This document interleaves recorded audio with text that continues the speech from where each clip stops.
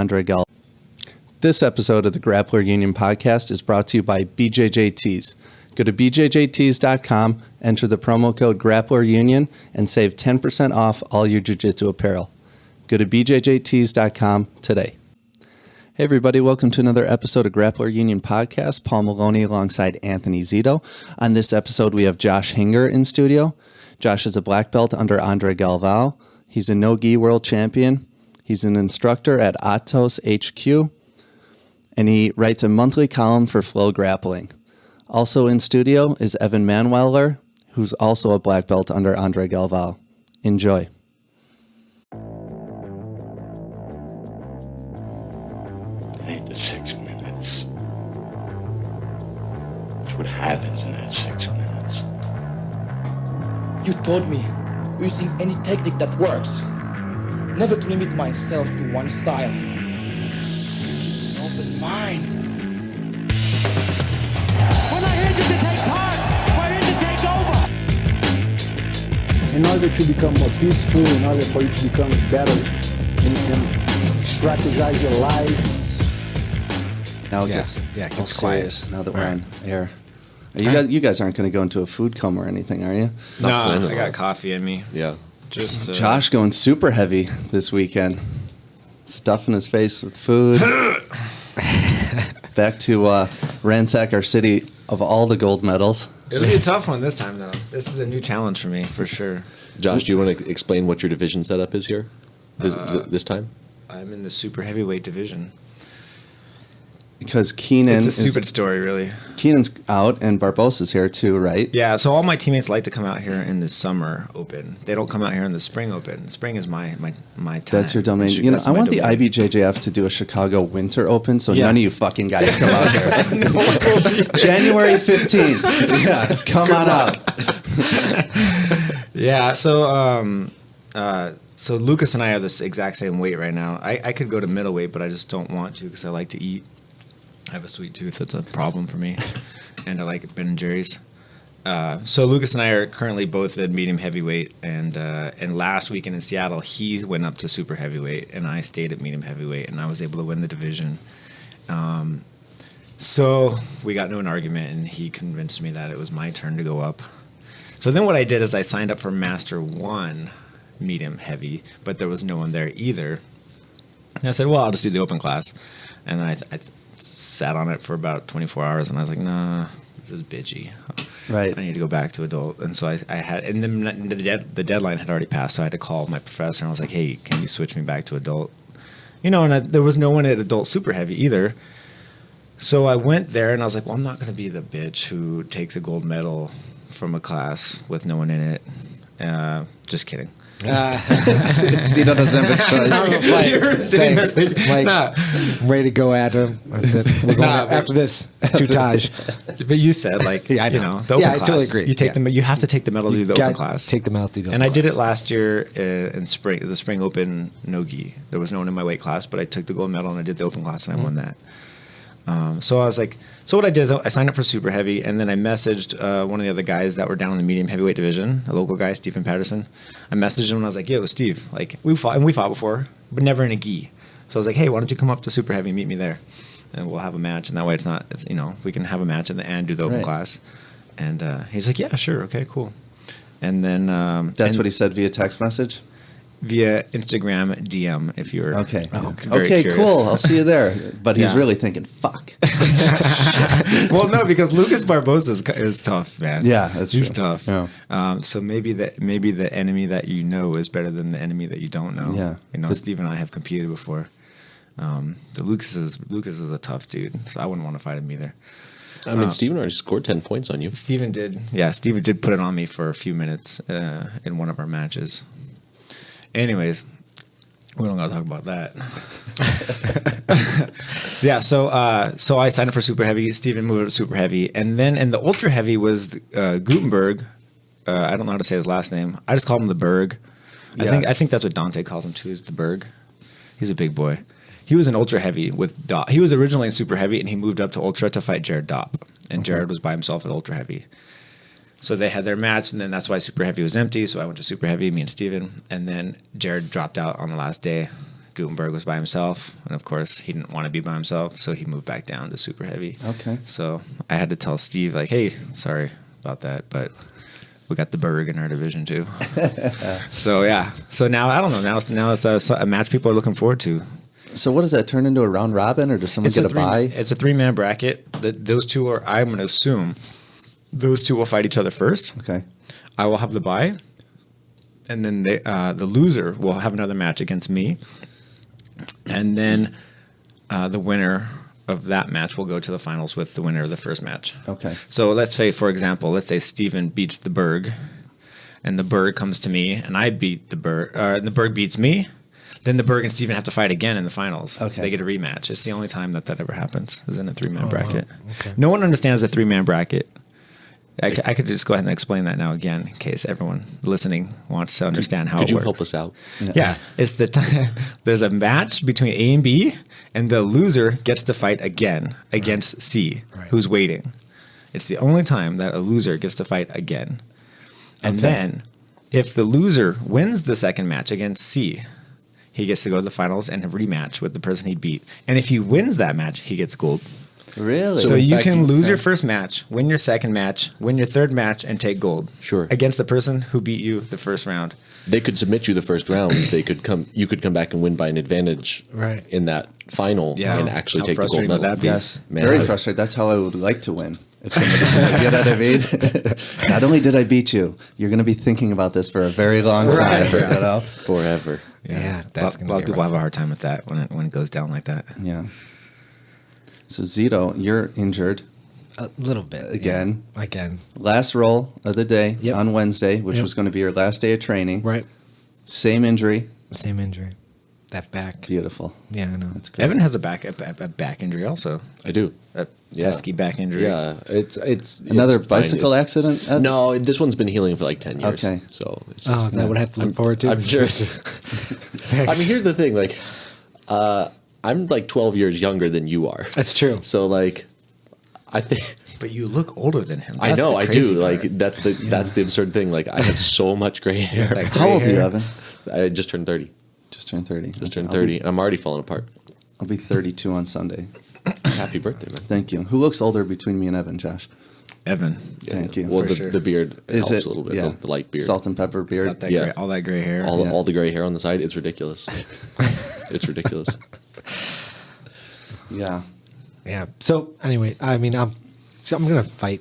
I don't care. I'm just gonna take some ibuprofen. I normally don't take ibuprofen for anything, but I'm just gonna take it just to. I'm the same way. Yeah. Right. Yeah, I won't take any painkillers ever until I'm absolutely in excruciating pain. Right. And then I'll take some to get through a competition. Right. Yeah. At American Nationals 2014, I had a pinched nerve in my neck, and it hurt zapped my right arm. I couldn't even really use it very much. I had like 50%.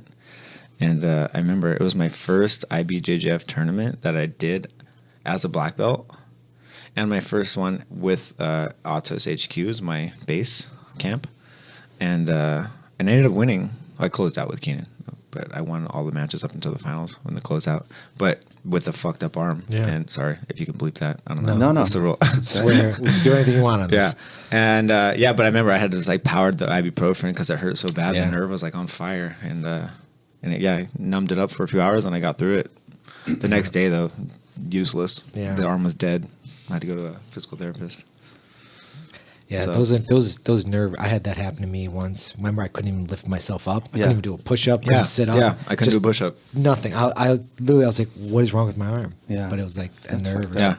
It's terrifying, actually. It is, isn't it? You're like, is it ever going to heal? It Yeah. just takes weeks. What if it never comes back? Right. Yeah, and nerves are very slow to recover. Yeah. It took a month at least Yeah, until I was exactly. normal. So Yeah. Zito, you actually don't have a gi match, right? No. So you plan on going and collecting the medal Right. and then jumping into the absolute? Right, to the open class. They call it absolute. They call it open, don't they? It's in the IBJJF they call it open. Open class, yeah. Right, open class. Yeah. You guys got any tips for pull guard. a 135er going into the open? Pull right away. No, don't pull. No, I'm not going to pull. Hey, jiu-jitsu is like life. It's always better to be on top. Okay. That's right. Always better. Zito, how are you going to do that, man? You're a guard puller. I told you I'm gonna work some of that Mike magic they showed me. Mike's a judo black belt that we have at our school. and I'm just gonna work that game he showed me, and Okay. hopefully I can. Why do you like to pull?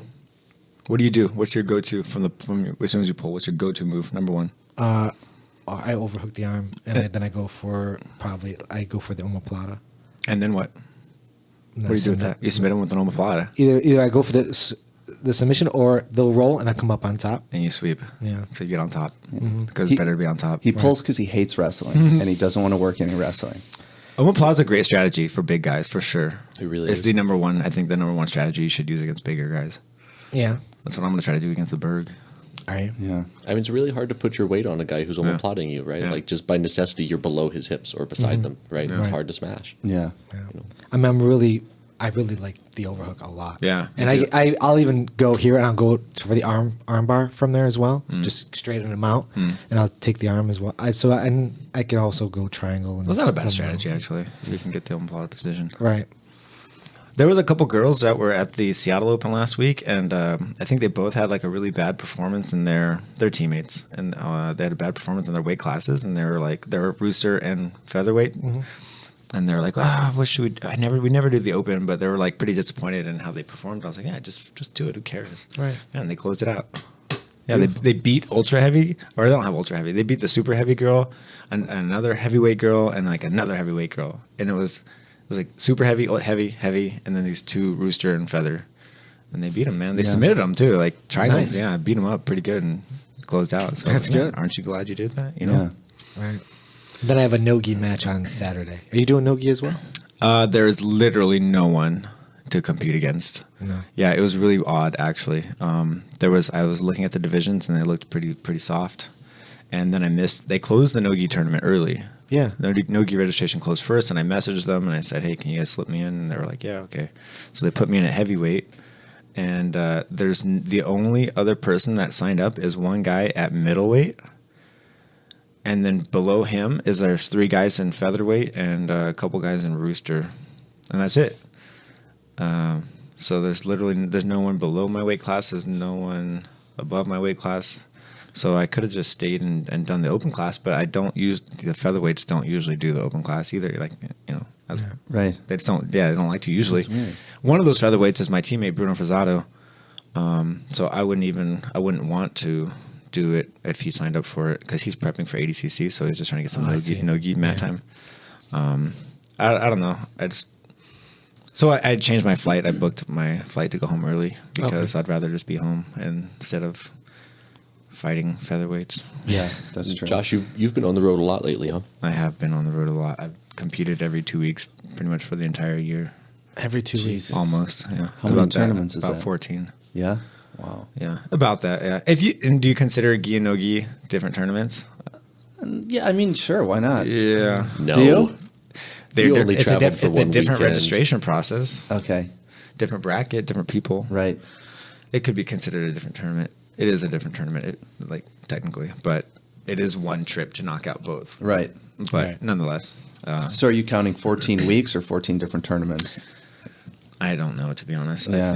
I think when I was in Austin, it was my 11th tournament, and then Seattle would be 12, and then Chicago would be 13, 14. Mm-hmm. So where do you lie within the rankings of the IBJJF? 32. 32. I just checked. Wow. I check it daily. No, I'm just kidding.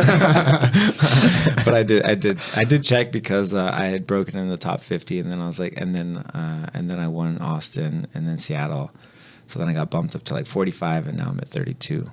So me and Keenan and Lucas are all on kind of a points grind right now. We're all kind of racing, even though they're killing me right now. They're at 12 and 13. Oh, are they really? Yeah, Wow. and I'm at 32. But, we're climbing. Right. So that's kind of why Keenan's been on his grind lately too. Right. He went to Boston, went to Seattle, and that's why him and I keep fighting each other. So what's the goal, points wise? Top 10. Okay. Yeah, it's always the Get goal. that paycheck. Usually, yeah. Is that when the paycheck comes? No, the paycheck is 1, 2, and 3. But That's top it. 10 gets you a certificate, Oh, a piece of paper? piece of paper. It's impressive. Making pay. No, I think it's a cool thing to accomplish. Definitely. Of course. Top 10. I mean, yeah, top 10. Put it up on the yeah. wall. I mean, are you going to have your own academy someday?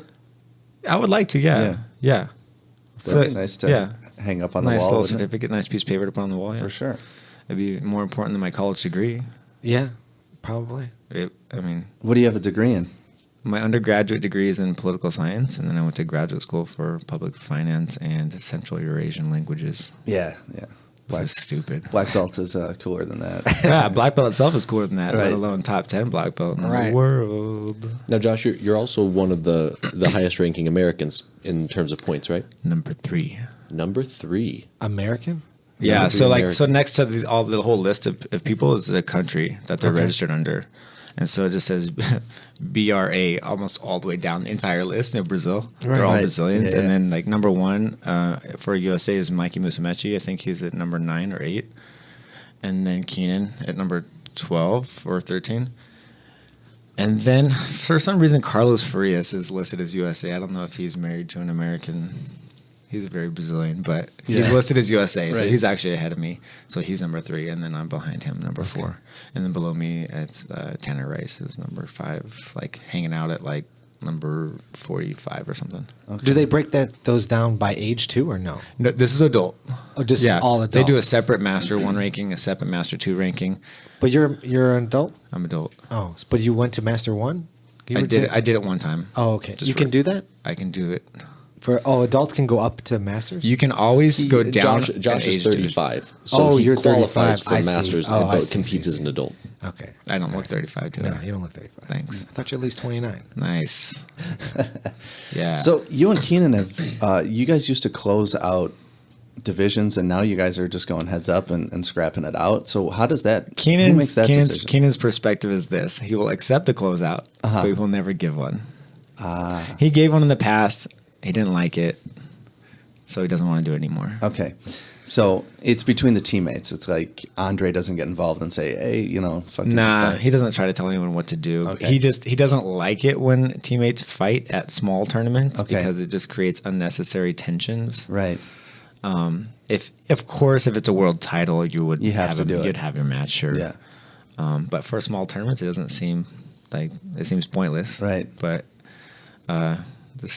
So how does that work out with the closeout as far as points go? I mean, yeah, the points go to whoever takes first. Okay. Whoever's hand gets raised on that mat, they get first place officially on the IBJJF record, and they're the one that gets the points. Yeah, nothing else matters. Whoever walks out and the ref raises that hand, that's the person getting points. right. So Keenan's perspective is like, I'll close out with you as long as it's my arm getting raised. Exactly. He'll give you the gold medal. He doesn't even care. Yeah. And he'll like you guys can stand on the podium together in first place. He doesn't care, but the points. Right. He wants the points. So I'm sure. So look what happened. We closed out in 2014, no-gi open class, and then we never had the situation again until just nationals a month ago. Mm-hmm.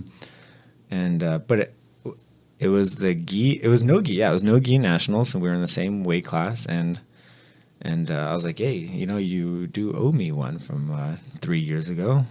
And he's like, yeah, but. that was 3 years ago. That was 3 years ago. We should just fight. Right. And I was like, I really don't want to.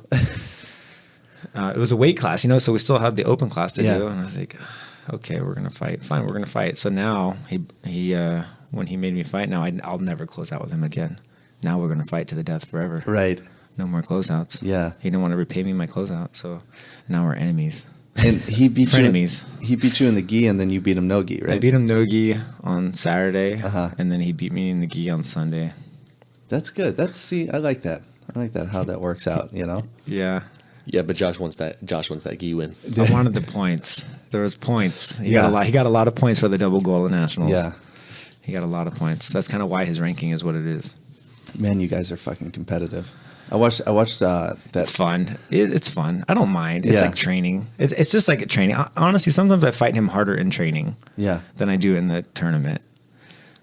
I mean, speaking of training, I watched that episode 1 of Inside Atos, and it's like fucking psychotic almost how hard you guys train. Yeah. That can't be every day. Yeah, is it it? is. It is That's every day. every day. Yeah. It's pretty vicious. Yeah. It's painful. Jesus, We Christ. train really hard. Yeah. We like each other a lot, and if we're being honest, right? Like if I want you to be the best grappler you can be, Yeah. I need to give you 100%. Yeah. Right? Right. If I'm not, I'm doing a disservice to you. Yep. And if I'm giving you 100% of me and you're not giving it back, well, you're not being a good teammate. Yeah. You need to help me get ready for my competitions, because in the competitions, man, they fight hard.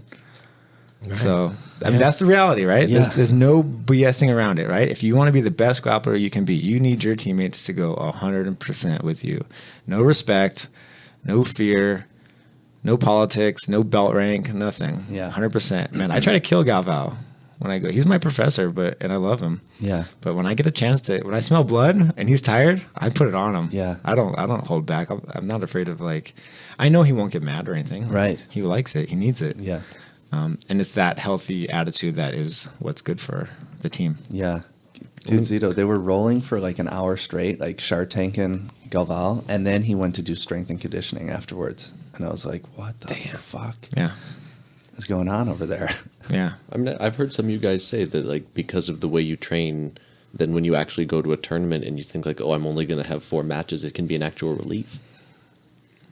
Yeah. 4 matches is all right. Yeah. It's average. Nothing for you guys, right? Yeah. It depends. Well, when you're traveling, doing like so many tournaments in between, where are you training at? So yeah, I flew home. I'm from Seattle. I went home for 2 days and then I flew here because I needed those 2 days of training. I considered flying straight here from Seattle, but then I was like, man, that's a whole week. It turns out to be like 10 days without training. It's too much. And they're in the middle of the ADCC training camp. And I'm training for the ACB tournament, the Bearcoot Nogi Grand Prix, which is next month. So I need to train hard Nogi. Right. And so I didn't want to miss 2 days of training. So I flew back home, stayed home for 2 days and trained, and then back to Chicago. Are you doing like 2 a days out there? 3 a days? Yeah, it's like we train really hard it depends on the day, but we train, the competition training is 11 to 1 o'clock every day. Actually, like 10:45 till 1:15. It's like 2.5 hours every day. Wow. And then in the evening, some people come and train, some people don't. Galvao does. I do a couple days out of the week. If I don't, I'll go weightlift. Yeah, it's a lot of training. If I don't, it's because I teach white belts in the evenings and kids. Okay. So if I'm not training with the advanced class, I'm training with the white belt class. Yeah, my white belts are good. Yeah, they're good. They're tough. What weight is the Grand Prix at? 85 kilos. So I'm not a drug lord. 85 times 2.2. Is it 2.2? Yeah. I don't know. It's like 188, I think. Yeah, okay. I'm pretty sure it's 188. See, you can't get too out of hand. I'd never get over that. Like 188 is. What are you walking around now? I stepped on the scale like 2 days ago. I was like 183. Oh. I'm like underweight. So how many pounds are you going to give up this weekend? I don't even know what the limit for super heavyweight is, honestly. Yeah. I think 210 is the lower limit for it. So I would imagine 225? 220, something like that. Because normally when you come out to Chicago, you have Evan has described it as a pretty miserable week. Yeah. And I was always trying to make middleweight. Yeah. And it's hard to make middleweight, especially when traveling. It's super hard. Right. If I'm at home or the tournaments in California, it's so much easier to do. I have my gym, my 24-hour fitness across the street from my house, and they have a sauna, so it's like super easy to hit. Is that what you do? Sauna? Yeah, to cardio and sauna back to back. I'll cardio for 30 minutes and then sit in the sauna for 30 minutes. Okay. And I'll just do this like 3 times a week for a few weeks. And I've been doing like hot baths, like Epsom salt hot, sweat it out in the bath. Like last night I did it. I dropped like 1.5 pounds, just sat in there for like 35, 40 minutes and just came out beautiful. I don't sit in the sauna to lose weight. I sit in the sauna so I can have a good understanding of what my body's water fluctuation is. Okay. So I can predict it in the future. Because you're going to put that weight right back on as soon as you it's start just water. Right? It's just water. It's just water. Exactly. So like as soon as I sit in it for 20 minutes or 30 minutes, I do 10 minutes at a time, like 10 minutes in, 5 minutes out, 10 minutes in. And then I'll go home. I won't drink anything. I'll weigh myself so I know what the lower limit of my weight is. Okay. Based on 20 to 30 minutes of sauna time. So that the day of or the night before the competition, if I know how many pounds I still have on and how much I need to sit in that stupid sauna. And that's it. It's just for predicting my weight. But then do you give enough allowance to drink something, eat something before the match? Yeah, I always eat breakfast in the morning and I always drink coffee. Always. So I always want to be a little bit underweight. Right, yeah. Exactly. And then I'll always try to do a really hard warm up. And with a full belly of food and coffee, it'll probably add 1 pound or 2 to you, but you can do a really hard warm up and sweat off a pound easily. If you have the energy from the breakfast, right? They kind of go hand in hand. Right. Like you can't do a hard warm up if you're tired and hungry, Right. but if you eat something, you can do a hard warm up and it balances it out. So. Were you able to warm up at the Chicago Summer Open Last year? Yeah, this past Spring. one. In the spring? Oh, spring. Yeah. Yeah, I usually run. I like this arena because they have all the stairs I can run up. I usually run up and down the stairs Do you? and skip around up, but way at the top too. You know, Right. like where there's no one. You and Vivez run around up there. Yeah, Yeah, just don't warm up in the gi you're going to weigh in it, right? Right. That's all. Pretty much it. yeah. So you get to enjoy some pizza while you're here in Chicago, right? Yeah. You know, I don't stress out about the tournaments anymore. I've done so many of them. It's fun, and I don't care if I win or lose. Really. Yeah. I'm just here to hang out with my friends. Where do you take them, Evan? Where's your pizza spot? Previous to this, I was living in Wicker Park, so we went to Peace Pizza one time. We went to Pequod's one time. Yeah, nice. Had a little adventure out after Peace Pizza one What? time. What happened? Oh, the hoodlums were like Well, hoodlums Was that- might was be. that the one? We don't know that they were hoodlums. the guys that looked like hoodlums. Yeah, we had gone to pick up some pizza. The girl I was dating at the time, the girl that Josh was dating at the time, back in my apartment, picked up the pizza. Josh, being the kind, considerate soul that he's always been, decided we'd stop in at 7-Eleven to grab a brownie for his girlfriend. And when we're like crossing the parking lot, Josh turns and was like, "Did you hear what those guys said?"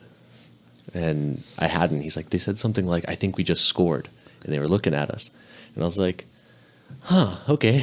It was awkward the way we walked out the door, and they all kind of like stepped back to the sidewalk to like let us walk through, but we walked like through, like The sea sort of parted for us. Yeah, in they a weird kind of way. let us through, and then I heard one of the guys say that, and then I saw them kind of like close in behind us. It was really weird. It was weird, but so we kept an eye on him though, right? And like we get the brownie, we're starting to turn around, and we see him starting to like follow us around the corner, you know. And I'm sitting here thinking like They were walking you know, behind us for a little bit. yeah, like damn, like it's gonna be today, huh? But I'm thinking like on the other hand, like What time was this at? this is like it was late. It was late, it was like maybe 11 o'clock or something like that, because like he had competed all day, and like we were there until they closed down the venue, Right. and so by the time we got back up to Wicker Park and like got settled in and ordered a pizza and picked it up and stuff, it was like fairly late, but not absurd, Yeah. but we're sitting there, I'm thinking like, well, like I guess today's going to be the day, but I'm thinking like, on the other hand, like if it's me and Josh, right, they're like, well, they're going to come after me first if they're smart, right? Is that true? Yeah. Is that true? I think they double team the big guy Yeah, first. that's what I would do. Well, I mean, that puts a lot of onus on me then to perform. But I feel like All you gotta do is jump on their back and choke them while they're pounding on I me. feel like between the two of us, like, and I remember thinking at the time, I was like, but like if they accost us all of a sudden, like what's gonna happen to the pizza? Yeah. Because like I was fairly confident, like we're gonna win this fight, like that No should shit. be fine. But I was like, There was only two of them, right? Yeah, it was only two of them. Okay. There Was was it like a two? skinny guy and a fat guy, I think. Well, because they had a couple of buddies, but they didn't follow us any further than the 7-Eleven. Okay. And we're like 2 blocks from my That is apartment so funny. too, so I'm just like, God damn it, we're gonna like. I was ready to fuck those dudes up. Hell yeah. Dude, you can't fuck with me when I have a girl around. If my girlfriend's with me, dude, it's like having your child with you. Like your senses are heightened, like Yeah. ultimate protector mode, like Yeah. engaging. Like I was gonna fuck someone up. Yeah, and like I'm sitting there thinking like Josh is here in his California flip flops, and I'm just like, well, like Right. okay, like we're gonna have a street fight. But I was thinking at the time, like, and I'm not kidding at all, man. I was like, Josh is gonna end up with these with 4 gold medals this weekend and a street fight. It's gonna be like all over Flow Grappling. It'll be like the best like quintessence. Like it'll be a great story for Josh. It'll be like the caricature of Chicago. Right, exactly. Like I mean, what a great story, right? Like that you Assuming kicked they didn't wrong. have a knife and stab me in the Yeah, face. right. I mean, that would have been terrible. Like, so Josh didn't compete no-gi because he's in for facial got lacerations. stabbed. Oh god. Right. But it didn't happen. That's so funny. No street fight. Yeah. No street Good, fight good. that night. We didn't get jumped. Those guys aren't as dumb as they originally sounded. Yeah, I think we scored. We found 2 world-class fucking black belts to fight. one. We found one in his Yeah. friend. You're an Atos black belt. Very Wow. humble of you. Yeah, Yeah, Atos what's black with- belt and world class is not the same thing. Okay. Yeah. I just hang out with them. I know a lot of people who are really good at jiu-jitsu. What is with people jumping people in Wicker Park?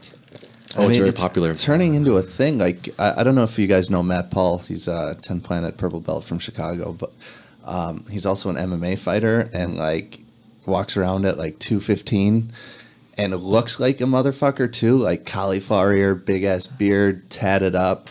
Yeah, he got jumped by like 5 guys. It was like 2 a.m.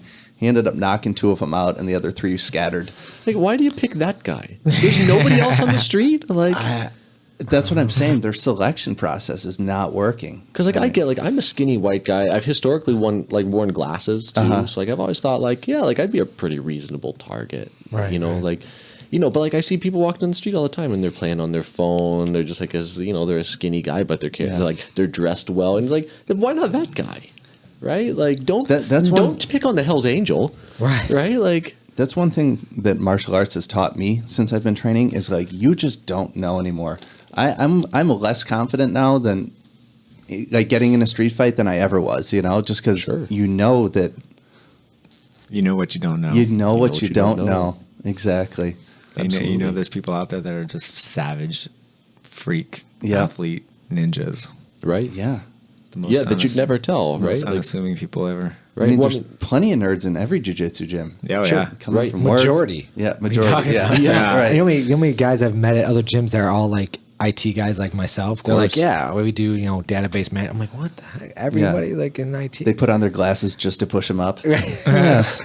But it's just, I mean, But they will choke the fuck out of yeah, you. exactly. I've trained so many lawyers, and they're like they're book nerds, but I think maybe they find something in that like sort of like analytical system or like just a sport that is really a very cerebral sport that like maybe appeals to like the same sense of mind that would pick something like law or IT that wants to find patterns and then once you kind of understand how the patterns work, well, how do I manipulate those to do something that I want them to do? Right. And I think like if you're self-selecting into that population, then you'll self-select into jiu-jitsu in many cases, Yes. as long as you have that other little crazy gene. Also, if you just like BDSM, you probably like jujitsu too. Yeah, there's not nearly enough leather in jiu. I was thinking leather gi is what. Yeah, but you have straps. Okay. The lapels are straps. You know? A leather gi. That It would doesn't be- breathe. But Yeah, that would be hot. right, that would be rough. That would be really hot. Yeah. Yeah. You lose weight really quick. That's Yeah. true. You just drop those pounds. Yeah, oh god, that'd be one Josh, did you horrific just come up smelling with gi. something, man? What's that? This is it. Start our company. The leather gi. I was just talking to someone about Pulp Fiction last. Oh, Daniel Viano. We were talking about Pulp Fiction. He was quoting it, and the first thing that comes to mind is the gimp. Is it? Yeah. That first thing. Man, it's not the thing you want popped into your head. It's always the first thing that comes back. It's got to, yeah. That was the most disturbing part. it's of It it. was disturbing very as fuck. disturbing. I remember like watching. I was like 12 the first time. I remember like I turned to my older brother and was like, "What was that?" There's no explanation behind it or anything. It's just the gimp. Like you can't explain it. Like, No. You don't know where it came from. You don't know what happened to him. Fucking Quentin Tarantino, man. He's so fucking crazy. So, close call in the street fight. close right? call in the street fight. But Have either one of you guys ever been in a I've street never fight? been in one. Josh, have you ever? Yeah, one street fight in 2007. Do tell. It was in Vietnam. Really? This story got better. Go on. Yeah. I was in the Peace Corps, for starters. I was in Turkmenistan from 2006 to 2008. And Can you explain quickly how? no, you cannot explain Turkmenistan. How did you end There's up no in Turkmenistan? Turkmenistan? There's no explanation. Because for I think Turkmenistan. maybe a lot of people, and I don't mean this in a bad way towards Turkmenistan or towards your listeners, but may not understand that Turkmenistan is a place and It's where a it hermit, is. It's a hermit country. Right. It's like North Korea. It's just very closed off. It's very hard to get into, and they have not a lot of information going I've in. or never out. even fucking heard of it. Neither have I. Yeah, I've never heard of It's it. right above Iran. Huh. It's north of Iran, and it's west of Afghanistan. Okay. And so it's surrounded by Iran, Afghanistan. Above it is Uzbekistan, and on the west is the Caspian Sea. Okay. And it was the southernmost republic in the Soviet Union, right? Okay. Of course. Yeah, duh. I knew that. So when the Soviet Union broke apart, it became its own independent country, and the president became the guy who was in charge of it became the de facto president. He ruled it for like 20 years with an iron fist, and he killed all of his political opponents or jailed them. And so, anyways, moral of the story is they have Peace Corps there. They used to, not anymore. It's a hell of a transition. Right, that doesn't matter. You don't want the history of Turkmenistan, but it's so they had the Peace Corps there, and it was the job was to teach English, help students learn English so they can apply to universities outside of the country or something like that. So I was there anyways. So I got 3 weeks vacation a year. So me and my friend Hans went to Thailand and Vietnam for about a month. So we went to Thailand. It was fun. We went to Vietnam for 3 weeks. We took a train ride from the top. We went to Hanoi at the top and then traveled all the way down to the bottom. And right around the bottom at one of these beach towns, we were just like hanging out. And we were at a bar, of course, drinking and stuff and dancing and messing around. And all night long, these Irish guys kept shoulder checking me. These fucking Irish These guys, fucking man. Paul, Bastards. your people. I know. Yeah, no, I was in a really good mood, so I didn't think anything of it. I just blew it off as an accident, but like it kept on happening. And then later on the night, the bar closes and everyone has to go out in the street. And on the corners of most streets, there's some street food. And I went to the street food and I saw the Irish guys there eating. And so I was just saying, hey, what are you guys eating there? And they said something really just rude or snarky or something. But I didn't think anything of it. And then like a lot of people that I met that night kind of followed me over there. And then there ended up being a bunch of people standing around these guys and talking. And I said, hey, sorry, my friends just bombarded your dinner. And they said, yeah, we're used to Americans bombarding everything or something like that. Right, and I was like, whoa. Easy guy. I was like, where are you from? Yeah. We're from, and someone said, Ireland. I was like, bunch of bitch ass Irishmen, huh? Shots fired. And then I just walked away and I went over, I walked 10 feet away and I could just hear the seat like pull away from the table. Right, And I could hear someone standing up and the guy's like, what'd you say about Irishmen? And the guy walks up and gets it right in my face. And then his buddy gets right up along the side of me. Yeah. And I was like, well, this is going to be a fight for sure. Yeah. You think? No way out of this. So what I do, I just nut tap the guy in front of me. I just figured, I'm just going to nut tap him. The old nut slap. Back Nice my head, I'll move. get this thing going. Like, if it's going to start, I'm going to at least be the one to start it. Right. So I nut tapped him, and then boom, he just clocked me, man. Just like instant reaction, just fist to face, and he hit me. And then I just immediately double legged him. I was a blue belt at the time, and I was training before I had left the U.S., I was training at an MMA academy. Yeah. And I had 5 MMA fights. Okay. You had wrestled too in high school. I wrestled in high school, yeah. So I double legged him real easy, picked him up, boom, slammed him on the mat, and I mounted him, and I started pounding on his face, right? But while I'm pounding on his face, his friend is pounding on the back of my head, like holding me by the collar and just like punching the back of my head. Yeah. So I was thinking like, man, he might land one of these good shots and like really fuck me up. So I was like, but I have to make sure this guy on the ground is done. Right. So I whacked him like 3 more times as hard as I fucking could, just put him in fetal position.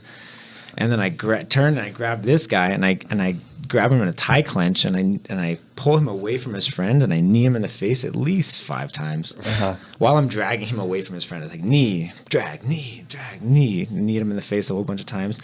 And then I let his head go, picked him up, double legged him, boom, put him on the ground, mounted him, beat the fuck out of him. Nice. And the friend was like still kind of like getting up. And then at this point, people are trying to pull me off of this guy. There's a lot of people around. They're trying to pull me off of him. And I just like whacked him one more time. And I heard someone say, and I don't know what Hans was doing. Hans was like, yeah, where the fuck is Hans? Hans is like squared off with like a really big. No, he's Dutch hitting man. on chicks and shit. He's like, that's my friend. That's my friend. That's a Hans thing to do for sure. But Hans was over there like squared off with a big Dutch guy. And I heard someone say police. And I was like, man, we're in Vietnam, communist country. And like, I'm in the Peace Corps. I cannot get arrested right now. Sort of a misnomer, so, really. Yeah, I grabbed Hans. I was like, we got to get the fuck out of here. And there was 2 Aussies that we were hanging out with a lot. So these 2 guys were like, they were the ones pulling me off this guy. And they were like, dude, let's get out of here. So we grab I grabbed my flip-flop on the ground and like we start running. I'm running down the street barefoot. So there's 4 of us running away, me and Hans and the 2 Aussies. Okay? Behind us is somehow a mob of people chasing us. Apparently these Irish guys were friends with a lot of people around. So there's a mob of people chasing us. And I'm like, in my mind, I don't know, maybe it's distorted, but like I'm running around a corner and I'm knocking over trash cans behind me. Like these guys are on us. Like one guy's face is all fucked up and bloody. Like he's really pissed off. And no joke, someone had a rebar in their hand, like a pipe rebar. Like, Oh shit. yeah, for sure. I didn't make that up. I keep thinking about it, and like for sure he had one because I know he hit one of the Aussie guys in the back with it. Really? Yeah. So like we're running away, and I'm in the front of the pack running, and as I'm running, a moped rolls up next to me. Some fucking taxi moped. There's a lot of taxi mopeds around in that area. He rolls up next to me, and he's just like, and gives me the signal to jump on the back. I was like, fuck yeah. You're in trouble. Double the fare. So I jump on the back of the moped, but then at the same time, I'm thinking, fuck, I'm such an asshole. I cannot leave my friends to get fucked up by But you this don't mob. have 3 more mopeds, do you? But look, no joke. I swear, I shit you not. I looked behind me, and there was 3 more mopeds. I'm not fucking joking. There was 4 of us running, and there was 4 mopeds that rolled up. That's and crazy. we all jumped on a moped, and we made a moped getaway. But there was one Aussie that was in the back of the pack, and right when he was on the moped is when he got the rebar to the back. Like the guys were honest, they were really close. But he caught a rebar across the diagonal of his back. But the 4 of us got away on mopeds. Damn, dude, that sounds almost made up. But Yeah, I believe you. Do you just go back to your apartment at this point? What do you do now? So I still have this rest of the story to tell. Wow. So we go back to the Aussie hostel, okay? And my knees are all cut up and bloody, and my hands are really hurting. And I have blood all over my shorts. And we're hiding inside the we're just waiting for like police to show up or something. Because like Hans is an over-exaggerator. And he's like, I swear I heard someone say knife, or someone said something about a knife. And I don't know if it really happened. I never saw a knife. No one had a knife. But someone may have said knife. And I don't know. I think some police might have shown up or not. I don't know. But we're hanging out in the hostel, and then the Aussies have 2 other Aussie friends that were somewhere else in the city. Okay, and those guys come back maybe 30 minutes after us or an hour, and they were really worked up too because they had gotten in a fight with these Irish guys also because these Irish guys were like on a manhunt looking for us. Oh shit! There are not a lot of Americans in Vietnam. Right. You just got to find the 2 Americans that are in this. It's a small beach town. It wasn't like we weren't in Hanoi. We weren't in a major city. It was a small little beach town. We're probably like 1 of 2 of 5 Americans in the entire city. So these guys came back and they're like, man, we just got in this fight with these Irish guys, and they asked us where our American friends are. and then I told them to go fuck themselves, and I threw a chair at them. And so they had their own confrontation with these Irish guys. And I was like, man, these guys are like after us. Of course, they're probably pretty mad. I fucked them up, man. Yeah. I fucked up their faces. And You think they had enough at that point, right? yeah, but everyone's drunk, Like when you're drunk, you've never had enough. Right, that's true. So the next morning, I ended up changing my shorts with one of the Aussies, and we went back to our hotel, and I'm sitting at the computer on MySpace and writing my story about what happened to me. I specifically remember it being MySpace. This was 2007. I remember it being MySpace. I don't think MySpace was relevant in 2007. You might have been the last person. I was in Turkmenistan. No one told him. Right. He didn't know yet. But I was writing the story to someone about what had happened, and no shit, man. As I'm sitting at the computer typing, I see the guy walk from behind me, past me, into their lobby. And I look, and he has a big bandage over his nose. I'm like, that's the Irish guy you That's fucked the up. fucking guy. That's one of the fucking guys. I was like, oh my God. So I ran back up to the hotel room, and I was like, Hans, these fucking assholes are here in the same hostel as us. And at this point, my hands are swelling. Right? They're really fucked up, and I cannot fight again. Like if these guys came at me, I would just like give up and put my hands in the air, like, so I'm sorry, right? Because I cannot fight again. My hands hurt so bad. I couldn't even brush my teeth. I can't hold a toothbrush. Like they're fucked up. And luckily, we never saw them again. Really? Yeah, I told Hans we hung out. We just hung out inside the hotel for the day and like rested, and we were hungover anyways. And then like the next day, we had a train ticket to leave to the next town, so we were just kind of super sketchy. And like every time we went to go eat, we put our backs against the wall so we could see the whole room. And like, All right. we never ended up running into them again. But since they sobered up, I'm sure they weren't looking. For no. He probably saw you on. I was just being paranoid. He probably saw you on MySpace and was like, I don't have enough liquor in me for this. Right. Yeah. So then we leave town, and then there's no further incident. And then we keep in touch with the Aussie guys, and they went to the airport to fly somewhere else. They were traveling, and they told us they ran into the guys at the airport. Oh, really? And one of them had a big bandage over his nose, and they said They said they were really cool. They apologized. Oh, really? sorry about that. You know, we're all just drunk and It's fucking alcohol. Yeah, sorry about that. You know, That's what it is. good luck to you. What happened? Did you steal their chicks or something? No, I didn't do anything. I didn't do anything. bombarded them Man, like they an just- American. They just, Yeah. they just didn't. But I just why the original like shoulder check in the man. pub, you know? Me and Hans were just having fun. It's your people. What's going on? Yeah. Why did you guys do that? Yeah, I'm sorry, that, Paul? I apologize, Josh. On behalf of my people. You claim them for McGregor, so you have to claim them for everything. Well, yeah, like when we do something good, I'm going to claim them. They act like seems fair. fucking assholes. I'm not. Yeah, sure. That's reasonable. Yeah. It Josh, was- what nationality are you? I have a lot of German in me. Okay. Well, I think I have like 3 German grandparents and maybe 1 Swedish grandparent. Okay. Yeah, my mom or dad, I don't know which one of them tells me about how their grandparent didn't even really speak much English. They spoke a lot of German. So, yeah, German and Swedish. The fair-haired, Yeah. light-eyed peoples. Yeah. Do they like Americans in Thailand? Yeah, I Like, think so. Did you feel the love there? Or Yeah, they just- yeah. You know, I was only in Bangkok. You know, Bangkok's super commercialized, and Yeah. they're just trying to sell you shit. And hey, you know what's a funny? You know what a ladyboy is? Yeah. That's And a no, fun- Josh, tell us. That's a fucking trip right there. I don't want to sound weird. Don't go on. Too late. We'll edit this out. Don't worry. No, Tell us because about your it's a lady very boy. normal thing in Thailand for people to be ladyboys. Like, Right. They have a documentary about it. it's perfectly acceptable socially, and and they have a lot of surgery done, and you really cannot tell the difference. You cannot. You look at the. You know, we were hanging out with Hans had a Thai girlfriend that we were hanging out with, and she was a tour guide professionally. She was super cool, and she was taking us all around, and she took us to it's called a 50-50 bar, where it's like 50-50 ladyboys and 50-50 normal girls. And you kind of. It's so strange. Yeah, well, you- okay, so they're dancing on the stage and they have numbers, and if you want, you can order them to come over and talk to you. You can order a drink, and then Do you know which one's which? no, you don't know. It's you don't it's a know. guessing Odds and game. evens? It's a game. Yeah, right. Guessing game. Yeah, it's a game, man. And I swear, you cannot tell the difference. And what his girlfriend, her name was Tan. We're still friends on Facebook, actually.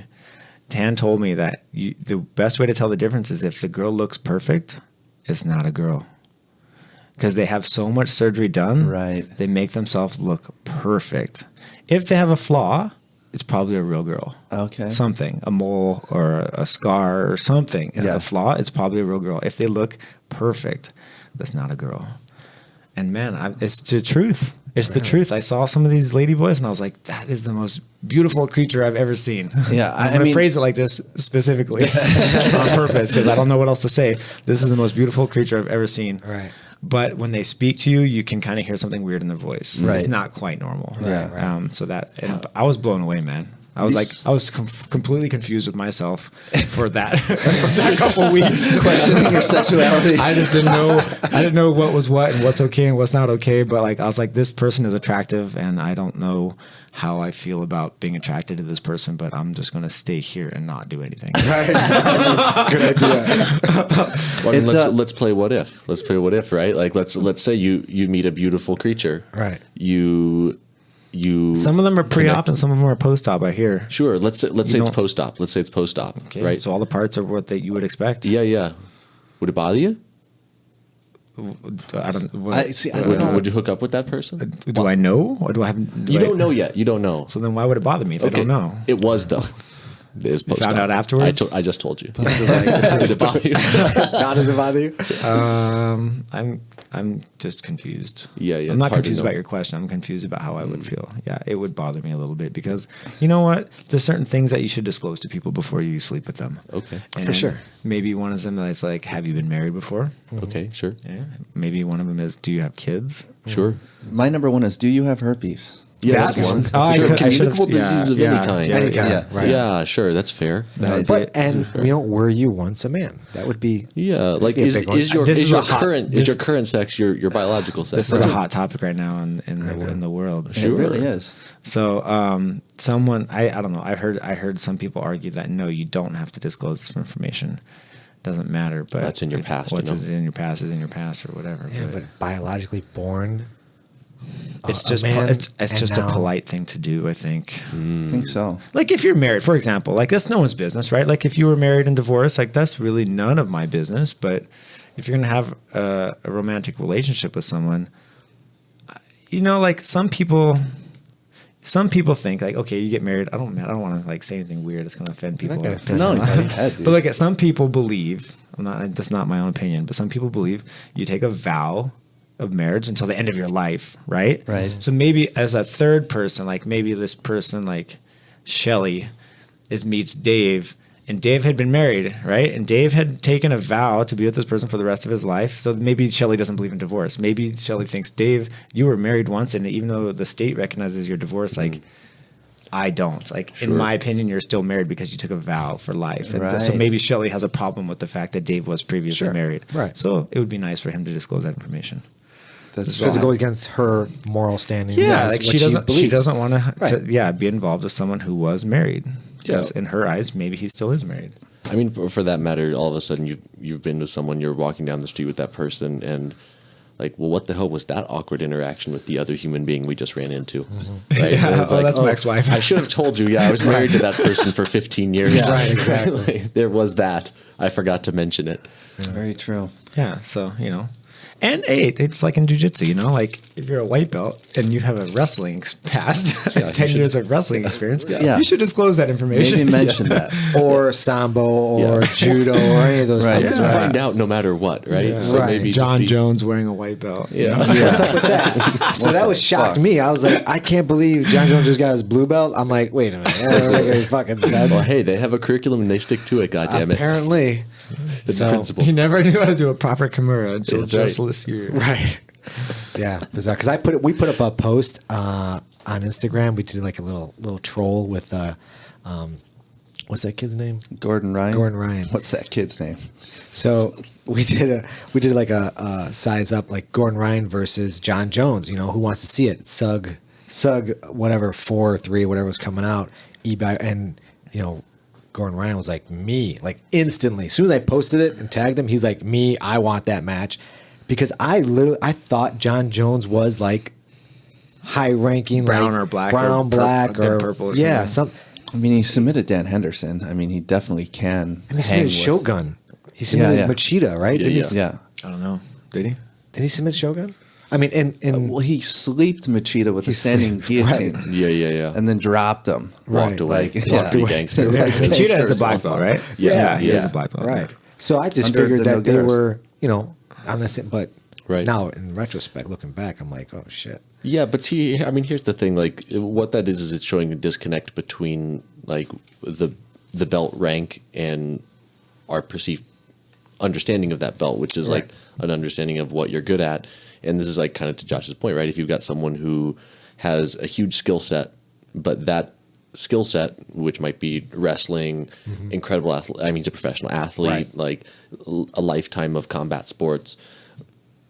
But the blue belt is not awarded based on those things. It's awarded based on this subset of a very straightforward curriculum. Well, Right. you didn't do the curriculum. It doesn't matter that you might come in here and beat all of our black belts. Right. You're a white belt. Yeah. Right. I had an instructor who, this was years ago, and we had a guy who came to town. His wife had just moved to do her residency there. And this guy was like a Walt Bayless black belt, who's like an old school guy, like Team Quest, did like really all no-gi stuff. Like, but this was, 15 years ago. And I want to say he was like, man, like an Olympic alternate. I know he trained at like the U.S. Olympic Judo training center for years and years and years. Trained with it was like a main sparring partner for like Jeremy Horn and Matt Hughes and all those guys back in the day. And he shows up and comes into class, and he's like, and he talked to the guy before, my instructor before, and he's like, yeah, I'm just like, my wife moved to town. We're going to be here for like the next 2 or 3 years, and I'd like to train. I haven't trained in the gi for a couple of years, but I'd really like to get back into it. And the instructor's like, well, you're not a black belt from our association, so you need to wear a white belt. And the guy was just like, all right, I don't care. So he puts his white belt on. I remember the first day, like he does class, there's an open mat afterwards. He's saying that one of the other guys is like, about his age and size comes running over, and he's like, hey, do you want to spar? And the guy says, well, it's my first day here. which was true. Right. Which is true. It's my first day here. And he was pretty nice about it, but he still like he whooped the shit out of the other guy. Yeah. And the other guy's like so frustrated. He's like, I've been training so hard for 8 months. I'm here like 3 nights a week. And, like, it's your first day. And he's like, well, yeah, but I told you it was my first day here. I've been grappling for 20 something years. Right. And the guy's like, why are you wearing a white belt? Because your instructor told me to. Right. That was his problem. Yeah. Right. At least he told the kid he was been grappling for 20 years Afterward. because that's how you make somebody quit. Right, yeah. Hey, it's my first day. Yeah. Just sub them 10 times. They're like, I'm fucking done with jiu-jitsu. Right. It's not for me. That's why you should disclose, right?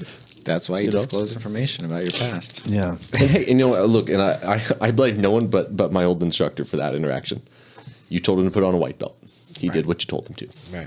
Right. Yeah. You set up your own student for failure there. But yeah, but he's a really great guy. Yeah. He's really great. And actually, both those guys ended up being really close friends. So everything ends well. You teach white belts, right, Josh? I do. What are you noticing out there with the white belts? What's a very common kind of attitude that they come in with?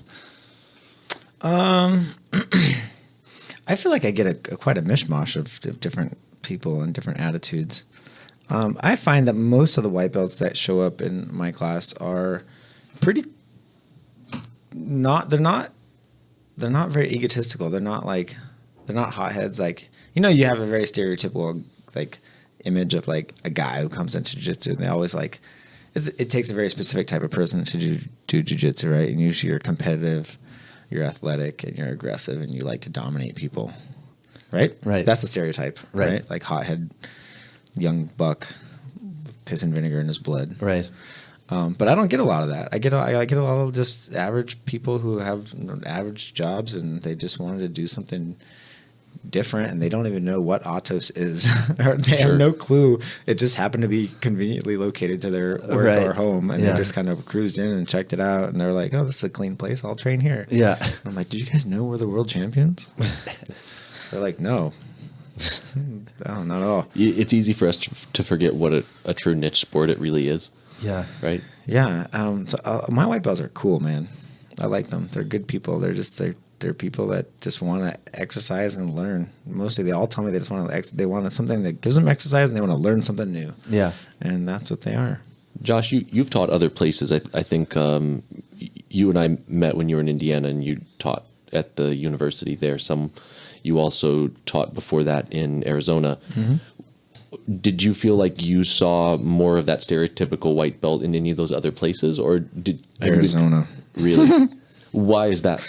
I feel like a lot of wrestling is pretty big in Arizona. Yeah. Okay. And a lot of wrestlers make the transition to jiu-jitsu after wrestling because there's nothing really to do with wrestling after high school or college.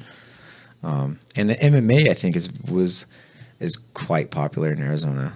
You know, Arizona was one of the few states to legalize it before many of the other states, before California, before New York. New York had just happened, I think.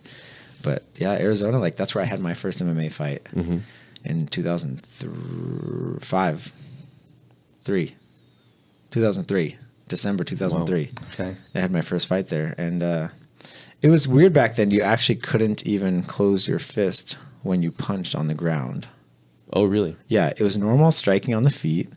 And on the ground, it had to be open palm strikes. Huh. It's changed since then. Sure. But that's what that was for the professional MMA fight. That's what it was. It wasn't amateur. Because there was no unified rules then. There was no amateur fighting back then. Yeah, they had a commission, and the commission, allowed it. It was the boxing commission. Sure. They allowed the MMA to happen in Arizona, and there was some other rules like no certain elbows. There was no elbows allowed, I don't think. But yeah. I forgot where I was going with that. White belts, different kinds of white belts in different kinds of. Oh yeah, but Arizona had a lot of the very aggressive wrestler type, piss and vinegar young buck. Now let me ask you: you tend to like and admire people who can come in and push hard and be competitive, and you seem to admire a lot of people with very aggressive jiu-jitsu styles. Do you like? Would you prefer the more demure white belt, or would you prefer the aggressive hotshot white belt as an instructor? Which guy would you rather have in your class? I prefer the person who can grab the right sleeve when I tell them to grab the right sleeve. Yeah. Makes sense. Yeah, just I prefer the person who allows me to teach them. Right. Sure. And will listen to the instructions that I give.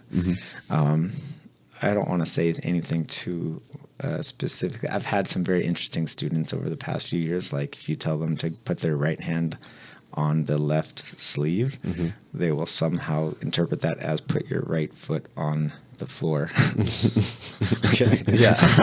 Or if I sometimes what I've started doing is I tap the hand that I want them to move. So I'll tap their hand to say, move this hand to this collar here, and I'll tap the collar. And sometimes it works and sometimes it doesn't work. Or they will do the exact motion that I wanted, but then they'll release the other grip that I had previously placed. Right. And I said, no, don't let that go. Don't let that go. Keep that hand here until I tell you to move that hand, and then move this hand over to this sleeve here. And don't forget your feet. Nope. Put your feet back where I had told you to put them. Don't change that. I swear we had this discussion, Josh and I, on Wednesday, where he was telling me, like, no, Evan, don't take your foot off of that. Yeah. I just had this with I'm this guy. problem Josh, you've been teaching now for really kind of a long time. since 2008. What have you felt like you've learned from teaching? What surprised you about being in that role versus being in the student role, which you've spent plenty of time in, or being in a competitor role? Wow, that's a hard question. I know. Evan's taking over this interview, I bro. know. Yeah, what are you guys doing here? What is your job? Sit back and join the show. I'm getting ready to go eat my salad. I want to ask more ladyboy questions. He's got Evan's notebook full bringing of it back to questions. jiu-jitsu. Give me those easy questions. What have you learned since you you guys been in started a street teaching fight? jiu-jitsu? Can you please repeat the question? So I mean, I feel like a lot of times when people want to talk to you, the main focus is sort of your competition history, things like that, because that's where people really know you from. But as an instructor, which you are really experienced as an instructor, and it is something that you do on a regular basis. You teach a lot of classes at Atos. So my question is sort of like, what have you taken out of teaching? What have you learned, or what has surprised you about teaching that maybe you wouldn't have anticipated, or that people who haven't taught before may not have considered? I've learned that you can never underestimate the ability of someone to take simple commands. I'm just kidding, but not. No, you're not kidding. I mean, No way. No, I don't know, man. I don't know how to answer that question. Nothing. I mean, I don't know how to answer that question, man. I was hoping for something profound. You can't suck a profound statement out of me. They come to me naturally. Maneko does the same thing. He's like, I told you to grab it like this. Grab it like this. There's no other way to grab it except for the way that I'm telling you to grab it. Okay, I have an answer now. Yeah, based on what you've just said, you kind of jogged me. Okay, yeah, I've learned how to give very specific instructions. Really? Like very, very specific. And I know that if I say grab it palm up, and no one can see this, but my hand is palm up. Like, this is what I wanted you to do. But it's not incorrect when they do it like this. Right. Oh, and completely rotate. They're upward towards the ceiling. Yeah, so the this palm is still palm up. And I was like, okay, that's my bad. Right. That's my bad. Right. Yeah. Yeah. You're trying to. How do I clarify? And I You're think trying to about Kimura yourself. How else can I say this? Right. Yeah. Do it palm up with your elbow pointed down. Yeah. Right. Exactly. Try not to Kimura yourself. Right. I think about it sometimes, right? Because I've heard about the social projects in Brazil where they might be teaching only to blind students, right? And you've got a whole class full of blind students. I think I don't know how I would begin to do that. Yeah. Wow. What a challenge, right? Sure. Yeah. Fuck yeah. You know? You got to be a master of right hand, left hand. Yeah, you'd have to be very specific about Right hand, left everything. hand, yeah. Very specific. That's what I've learned, man. I've learned how to be very specific with my instructions. Yeah. Josh, you enjoy teaching. You mentioned you think somebody I enjoy teaching 80% of people. Okay, that's fair. Let's talk about the 20%. I have a list of names. Now, Josh, you also you teach kids classes, I do. and you have a very successful kids program at Atos HQ. Yeah, it's not my program, but I've been a part of it, a big part of it for 3 years. Yeah. How many students are at Atos? Total? I Yeah. think it's hovering around 350. 350? Yeah. Shit. And only one location. Yeah. For the headquarters, yeah. How big is that location? It's pretty big. Yeah. 6, 7, 8,000 square feet. What do you think? I would say 7. 7,000. Yeah, 7 and change. Our mat space is almost equivalent to 8 competition squares So imagine Chicago, right? Right. Yeah. They have 8 or 10 Yeah, mats. like 8, something like that. Yeah. 8, but our square is just one sliver smaller than their square. Okay. wow. Their square is 2 mats that are side by side. Right. That makes the center square of the ring. Yeah. The very center. Our center square of the ring is a half mat. Okay. Okay. So it's just it's like, I don't know, a slight That's reduction. fucking huge. It's like if you had the competition square and you chopped one mat sliver off the north part and one sliver off the eastern part, that would be our competition mat square. And we have 8 of them. Do you guys ever have like competitions inside your? They did store? one time. Did they? It was just after Worlds or just after Pans, I don't remember. They just did it was an invitational with $1,000 cash prize. Okay. And it was it was blue belts and purple belts only. Okay. Yeah. But nothing like an open. No, right. Nothing But just where- like internal, because you have so many students. I mean, you could be putting Oh. on like. No, we never done like an internal Atos No? in-house tournament. No. Oh, no. We do super fights a lot. Okay. In training or just in our classes, we'll just make everyone get in a big circle and we'll start calling out names. It scares the shit out of people. It's really fun to see them fidget. Oh man, you'll see the blue belt in the corner just like eyes down, like does not want to be picked. Like Right. and it's like everyone in the training room does not know everyone. There's a lot of people, and sometimes classes Sure. are like 50 or 60 people or something. It's huge. And like you can't get to know everyone. No, right. So like you're kind of performing in front of a strange group, Right. especially if you're like a white belt or blue belt or something. You probably don't know a lot of people. Do you guys have? I mean, I'm sure there are like certain cliques. Like you got. The competition guys Of kind of course. hang together Yeah. because they spend so much time together, and like the evening crew knows the other evening guys, Sure. and the morning crew is very specific. You know, Right. they're the people who train before work and they don't train in the evenings. Some people do both. Right. So yeah, there's definitely groups of people that like to stick together. The geeks and the goths and the Right, theater yeah. kids and whatnot. Exactly. I mean, it's a very friendly, open environment. Everyone is very, very nice and very cool. Yeah. It's very family oriented. It's not a lot of hotheads, not a lot of ego. Like actually, it's the most un-ego filled room I've ever been a part of. Really? Yeah. Everyone has a very healthy understanding of their position, and they have a very humble attitude. Because there's so much talent in the room, it's Right. ridiculous to think that you're the best. Exactly. I said it on that Inside Atos documentary. Uh-huh. I stated on that one time that no matter how good you are in this room, you're not the best, Yeah. because everyone's the best on a different day because someone's having a good day. Right. You know, when a Professor Galvao is on point, man, he's the best. He's always the best when he's on point. But like sometimes he takes time off Right. and he's like kicking back, you know, and the other guys are grinding really, really hard, you know, and like everyone's the best on a different day, and you're never the best because there's 12 dudes that will put you through a Shark Tank, and then all of a sudden you're nothing. Yep. So everyone has a very humble attitude, and I think it happens. It's inspired by the leadership. Andre is a very humble guy, very humble, and very modest, and very cool, and very friendly and kind. So, and I think everyone else kind of sees that, and then follows in suit. Yeah. That's good. The leadership is huge. Yeah, know, it's very for a gym. important. Yeah. Because that's who everyone's aspiring to be like. In essence. I'm actually writing an article right now for Flow Grappling, and it has to do with poisonous training environments. Really. And basically, the point I kind of bring out is that it's usually stems from the leadership.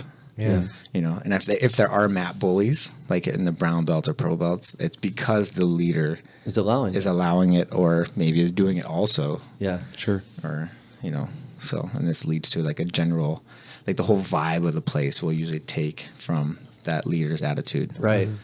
And it's hard to change a vibe of a gym once it's been established. It's Very. really hard. Like you almost have to like blood transfusion your gym, Yeah. like basically just flush out all the shit and bring in new people if you Right. want to change the Yeah. vibe. Yeah, it's very Yeah, true. People I mean- can feel it. People Yeah. can feel it when the vibe Instantly, changes. man. Yeah, instantly. 100%. I mean, there was one night at Mineko's where like a purple belt, a very competitive purple belt tapped to, I don't know, an arm bar or something, and he kind of just like slapped the mat afterwards, like he was upset with himself, you know? And Mineko was like, everybody against the wall. And he like went on a tirade. He's like, this is my gym. I built this with, 20 years of blood, sweat, and tears and blah, blah, blah. And this, and he's like, I'm the only one in here that's allowed to get upset in here, Everybody else who comes through the door, you better come in here with a smile on your face. Yeah, I want you to work hard and this, that, and the other. But nobody's allowed to get upset inside this gym except for me. And I was like, shit, I never really thought about it like that. Like, I actually don't have the right to be upset in his academy. Sure. Yeah, You know that's what I mean? interesting. Like, that is interesting. just because I show up and I pay my mat fee for the month, It's still his house. It's his house, you know. Sure. Yeah, I've heard other instructors kind of say that, where they're like, Because you're killing the vibes, man. Totally. Like, don't kill the vibes. Don't get It's bad for business. sure, Yeah. right, yeah, and it's like I've heard a lot of instructors say, like, you wouldn't just like, this is my home. You wouldn't walk into my home and Start not punching, introduce slapping the you floor. would, like, and like I know a lot of instructors would be upset. Like if you're a new student, you walk in, it's your first day there. Maybe you've trained someplace else, but like if you don't first come up and introduce yourself to me, right? Or I've heard instructors who are like, oh, I'm like sitting there teaching, all of a sudden like some guy wanders in and he's standing on the mat, like in his street clothes, in his like grubby shoes, and you're just like, well, okay, like we need to start this interaction again. You need to go outside, turn around, come back in, and wait for me to come say hi. Right? Like I've heard about instructors like literally dragging people out of the academy and throwing them back out on the sidewalk and saying like, that's not how we start here. Yeah, you can go back out, you can try come back in, but if you walk in here like a hurricane, like you own the place. I remember Pedro Viana talking about this, and he's like, he's told me some stories about people that he's grabbed by the neck and thrown out, and I don't think he meant that figuratively. I don't think he meant that figuratively. Probably not. And he said like, look, like that's not how it's done here, right? He's like, and look, the great pleasure, you have your own place to have your own rules. Yeah, right. And that's why you go through all the blood, sweat, and tears of putting your name on the front door. Absolutely. Right? And I respect that. I definitely respect that. So, Josh, how do you do research on a topic like that if you're training at like a place like Atos? Well, luckily, Atos is a mishmash of people from all over the world. Right. You get a lot of visitors there. A lot of visitors. And not just visitors, but they're just permanents. They're implants. Yeah. Almost everyone on that competition team is not a San Diegan. They trained someplace else. Yeah, they were somewhere else first. They came from somewhere else. A lot of like... Not even just a different city, but they actually trained at a different academy before they weren't starting at Atos. Yeah, they got like their blue belt somewhere else, and then when they decided they want to be super jiu-jitsu athlete and do jiu-jitsu forever, then they relocated to Atos. So yeah, I actually we have a big group chat for our team, and I just threw it out there. I was like, hey guys, like I'm trying to write this article, and if you have any stories about your past gym experiences where it was a very negative environment, like can you like shoot me a message, let me know. Man, I got like 3 or 4 of them hit me real quick with some fucked up stuff. Yeah, like really like things you didn't expect. Yeah. Even Nikki Sullivan told me an interesting story about an experience that she had. Really? Yeah. Was it with me? I hope not. No. I don't know. Wait for the article to come out. How long have you been working with Flo? They asked me to write an article for them in, I think it was April 2016, and I think it came out in May. I think it was May that it came out, May 2016. So it's been a year and 3 months. Change, yeah. I've written about a dozen articles for them. I love your articles. They just hit you up. They were just like, hey. Just a cold call, huh? Yeah, it was a cold call. They had asked several people to write. Just like they asked one of the Musumeci twins, Tammy. They asked her to write one, and I think someone else had written one. Just random athletes that wanted to write something, and I said yeah, and so I wrote about advantages in IBJJF and why they're a good thing, why they're useful, and it got a lot of really good feedback. I was just like I basically had explained that it requires you to really pay attention to your jiu-jitsu in a very small detail, right? How an almost guard pass or an almost submission matters, because you're forced to analyze your jiu-jitsu. Every step of your jiu-jitsu matters, whereas maybe like in submission only, it doesn't matter. You can be kind of sloppy with your position, and I agree. You're just kind of going for submissions for broke, but you're not paying attention to your position very much. And I think that it's interesting jiu-jitsu. It's scrambly jiu-jitsu. It's dynamic, but you're not really being very careful with every step that you take. Doesn't have to be as precise. Yeah, advantages require you to be precise. It requires you to not allow the other guy to do anything to you, which I think is ultimate dominance. Right? Yeah. If you can't do anything to me, you can't almost sweep me, you can't almost guard past me, you can't almost submit me. Right. Like if I don't want you to score advantages, especially at the black belt level, because a lot of matches are decided by advantages, it really requires you to stay on point, stay focused, and don't let this motherfucker do anything to you. Right. And it's good. That's my mentality. I try not to let anyone get. If someone scores an advantage on me, I get upset. I'm like, oh fuck, I'm losing.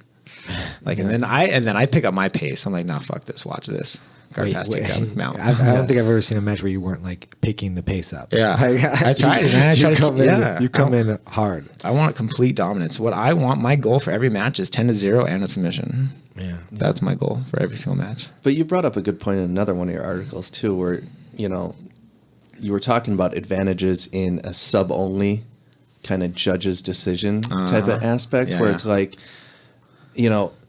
like, oh, we're sub-only, fuck advantages. But it's like, wait, you're judging the match, right? So what exactly are you keeping track of? Near submissions. Exactly. You know what I mean? This article wasn't very popular, but man, really wasn't, huh? It not compared to some of the others, but I don't know. It's relative, I guess. Yeah. But yeah, man. Let's call it what it is. Right? Look you're a person who hates advantages in the IBJJF, right? You think it's bullshit. The advantages are stupid. But the sub-only matches are being judged by advantages. Right. They're just not called advantages. Exactly. They're called submission attempts. Submission attempts, exactly. It's fucking stupid. I know. Yeah. And like you said So in your hypocritical. article, nobody's held to the same standard either. No. At least if you call them advantages and you call them what they are and they're in the rule Criteria. set, at least everyone is on the same page now. Now you don't know how you're being scored. Yeah. So the score is in the judge's mind. Right. The score exists. Right. Yeah, There's no scoreboard, so no one can see it. He's keeping track of something. But Of course he is. the judges are keeping track. They're counting in their mind submission attempts. Sure. It's the same thing if there was a scoreboard that said advantages on it there Right. that everyone could see, and it would be transparent. Sure. And Well, I mean, there's still a lot of wiggle room, right? Like I remember talking to one of the referees at Fight to Win, and he said like the problem is like, okay, yeah, I'm counting submission attempts, right? But then he's like, well, was that a legitimate footlock, Right. or were you just like kind of holding on to his foot? He's like, I can't feel it, I can't tell. Like, and he's like, so you kind of have to like, you end up inventing other criteria. Like, well, okay, he grabbed something and you reacted. Well, then that has to count. it was a Right. defense. But a different referee. I mean, none of that is like canon, right? So like different referees are going to have to go off of different standards, Yes. and it's almost more honest to just have an advantage system Put where a freaking it's scoreboard up so everyone can see what the judges are deciding on. Exactly. Yeah. Yeah. Makes sense. Make a scorecard like a boxing. Okay, there's 3 judges. They should all have scorecards. Yeah. And that scorecard can be viewable. Sure. Yeah, and then Josh, you were talking about also guys pulling guard too, and how it immediately puts the top guy at a disadvantage because he's got an Estima lock or he could pass. Yeah. That's all he has. Yeah. And passing isn't worth shit. And passing's in not this- worth in this- anything. In this criteria, yeah. So the guy in the bottom's attacking leg entries, omoplatas, triangles, arm bars. yeah. Score. Guillotines, Look, yeah. he's being so active off his Yeah. back. You know he's what I mean? attacking more submissions, And because the top guy is not willing to double guard pull with him, which is boring. which is boring. Yeah. He's It's at his essentially disadvantage. being penalized. Yeah. But the guy on the bottom usually never wins because they give the advantage to the guy on top.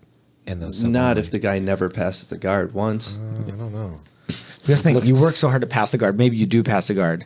You're going to get one chance at a submission, and if you fuck it up, the guy's going to get his guard back. Yeah, he's going to re-guard. You know, and then it's like, fuck, man. I think the guy on the bottom who can maintain his guard and you can't pass should be the winning that fight. I But I don't think it works that way. I wrote this article after watching Gordon Ryan and Lucas Barbosa compete. Okay. And that was a very uneventful match. Not a lot happened, but Gordon pulled and was butt scooting towards Lucas the entire match, and Lucas was like maintaining the distance. He backed up more. I'll give him this. But Gordon also did not have a single submission attempt. Lucas had 2 half-ass submission attempts. They were they were not good, but there was more than what Gordon did. But they gave the match to Gordon. Yeah. But why? I don't know why. Because he's the aggressor. Because he sat on his butt and scooted forward. Yeah, that was the decision, I guess. But I didn't agree with it. Like, I would have been satisfied with a draw, honestly. Like, but Have you ever fought submission only? EBI. EBI. At EBI? EBI 3, right? Yeah, Yeah. EBI 3. You overtime with Gary Tonin in the finals, Yeah, right? correct. Yeah, I remember that. No. Yeah. And I did this one Metamoris Underground, where it was basically the last thing Metamoris ever did before they really nosedived into the fucking ground. Halleck Gracie still owes me $1,500 for that. If you're Noted. listening, On the Halleck. record. On the record, thank God. I was trying to get that out of with interest, or I was no? trying to get that out of Comprito when he was on. Oh yeah. I guess Comprito got paid up. Yeah, that was Metamoris 2. Okay. He was still paying people up through Metamoris 4. Oh. Some guys from Metamoris 5 didn't get paid. Uh-huh. Keenan didn't get paid from Metamoris 5 when he fought Shanji. Okay. 10 grand. 10 G's. That's 10 grand that Halleck Gracie owes to Keenan Cornelius. Ooh, Man. Now, are you somewhat paid, or was Nada. that was your purse? 1,500. It was $1,500 to show. Okay. Yeah. And no, didn't get paid. I think Jesri Matuda, she fought Chelsea on that card and also, I think, didn't get paid. I fought Steven Martinez. I lost, unfortunately. Steven's a great competitor, by the way, and a good friend of mine. We've competed against each other, I think, 4 times. We're now tied 2-2. So when you sign counting? the contract to fight, did you sign a contract? It was like an email. It was emailed. Also, just like, Yeah. you want to fight? This is how much I'm going to pay you. Yeah. And that's it. Too bad you couldn't like take them to collections or anything like that. It seems I mean, like yeah. But even so, like, even there's still, what does no it money. do? Yeah, like, if they don't have money, they're not going to get paid. like you don't think he has any money? He's got to be making money somewhere. I mean, it would just depend on like how Or he how he set up hides it, the or how he hides how he it. set up the company. Maybe he invests all of his money in Bitcoin. That's true. That's true. I don't know if Could be. I don't know if you guys know about Bitcoin, but Evan and I were talking a lot about Bitcoin. We We were don't talking. got to get into that right now, but I just want the world to know that Halleck Gracie still owes a lot of people a lot of money, Yeah. including me. That's and such a shame, man. Keenan Cornelius. But hey, check this out. Well, I don't want to interrupt you. He did pay Richie Martinez, 10th Planet San Diego. Yeah. He did a match. I forgot what it was. There was some kind of match, but he got paid. He posted the picture of the check. So I don't know if Halleck was like, "Look, man, I'll pay you for real if you promise to put it on post it Instagram. on social media." Sure. But I'm just going to ignore all these other fucking guys that I've owed money to for years. Right. Yeah. Right. Halleck actually cruised into Atos not too long ago, like 6 months ago, 8 months ago. He rolled Man, through? As soon as he Strategy. walked in, I got pissed. I was like, "Man, what is this guy doing here?" And I asked. I went straight to Andre, Professor Galvao, and I said, "Man, why is he here? What's this guy doing here?" Right. And Halleck, you bring my check? He's like, "Yeah." He's like, "Oh, I have a meeting with him. He wants to talk to me about some business idea." And I said, "He still owes me $1,500 and Keenan $10,000, just so you know." He's like, "Okay, I'll talk to him." Yeah. And Halleck pitched his idea to Professor Galvao, and I think what it came down to was like, "Man, you just don't have a reputation Unreliable. anymore." Sure. Like, I'm Right. sorry, Right. you're just unreliable. Like, sorry. I think he said it was like a really cool idea, and it was a good idea what he had, but can't be trusted, man. Do you know what the idea is? He told me, but I can't tell you. Well, he owes you $1,500. know. Fucking. It involved a dolphin. No, I think Drop his even idea. Professor Galvao didn't tell me the details because Gotcha. there was I think a non-disclosure agreement.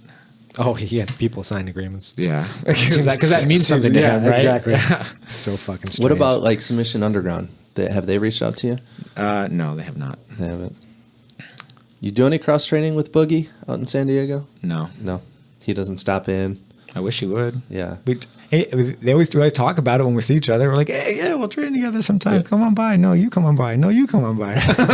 Do No, you go you. to any of the other schools in San Diego, or you're pretty much full time at Atos, right? You don't really Yeah, have I to have don't need chances to go get anywhere anywhere else, man. I got a fucking monster squad to train with. Right, I don't need sure. to go anywhere else to fight. you guys do gi and no gi, right? Yeah. Yeah.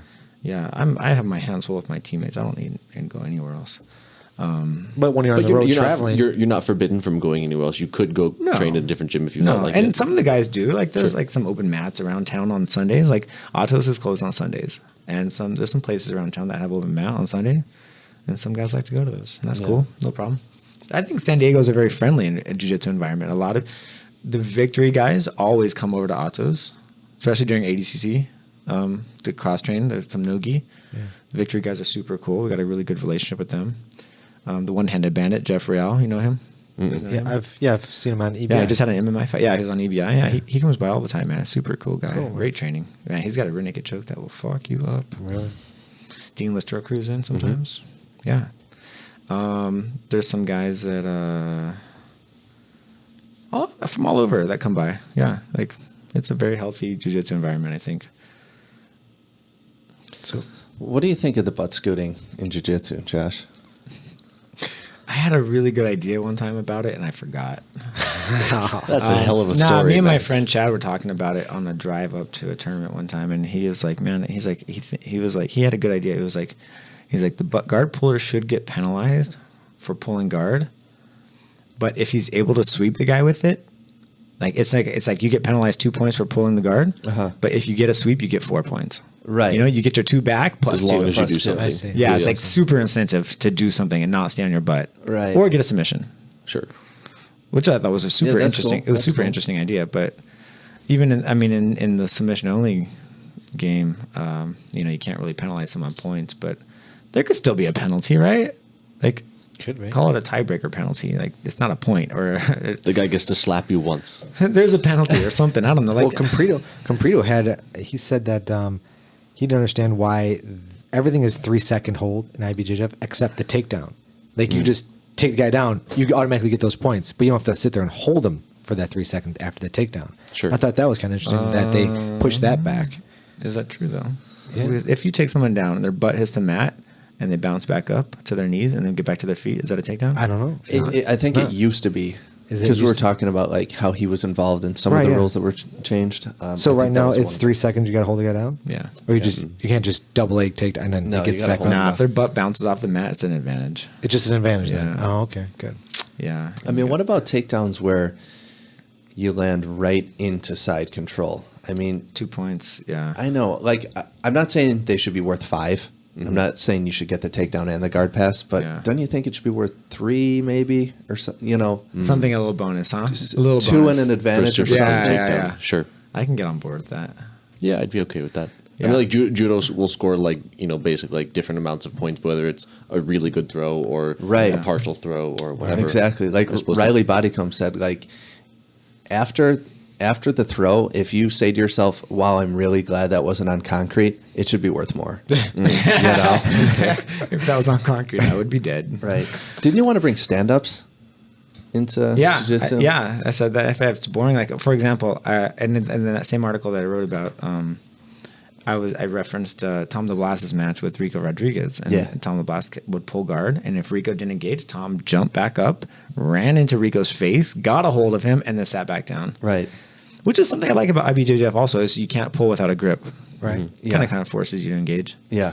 But I just appreciate how Tom did that, and he didn't just sit on his butt and drag his butt around the mat. He just jumped back up to his feet, ran off to the opponent, grabbed him, and then tried it again. So that was cool.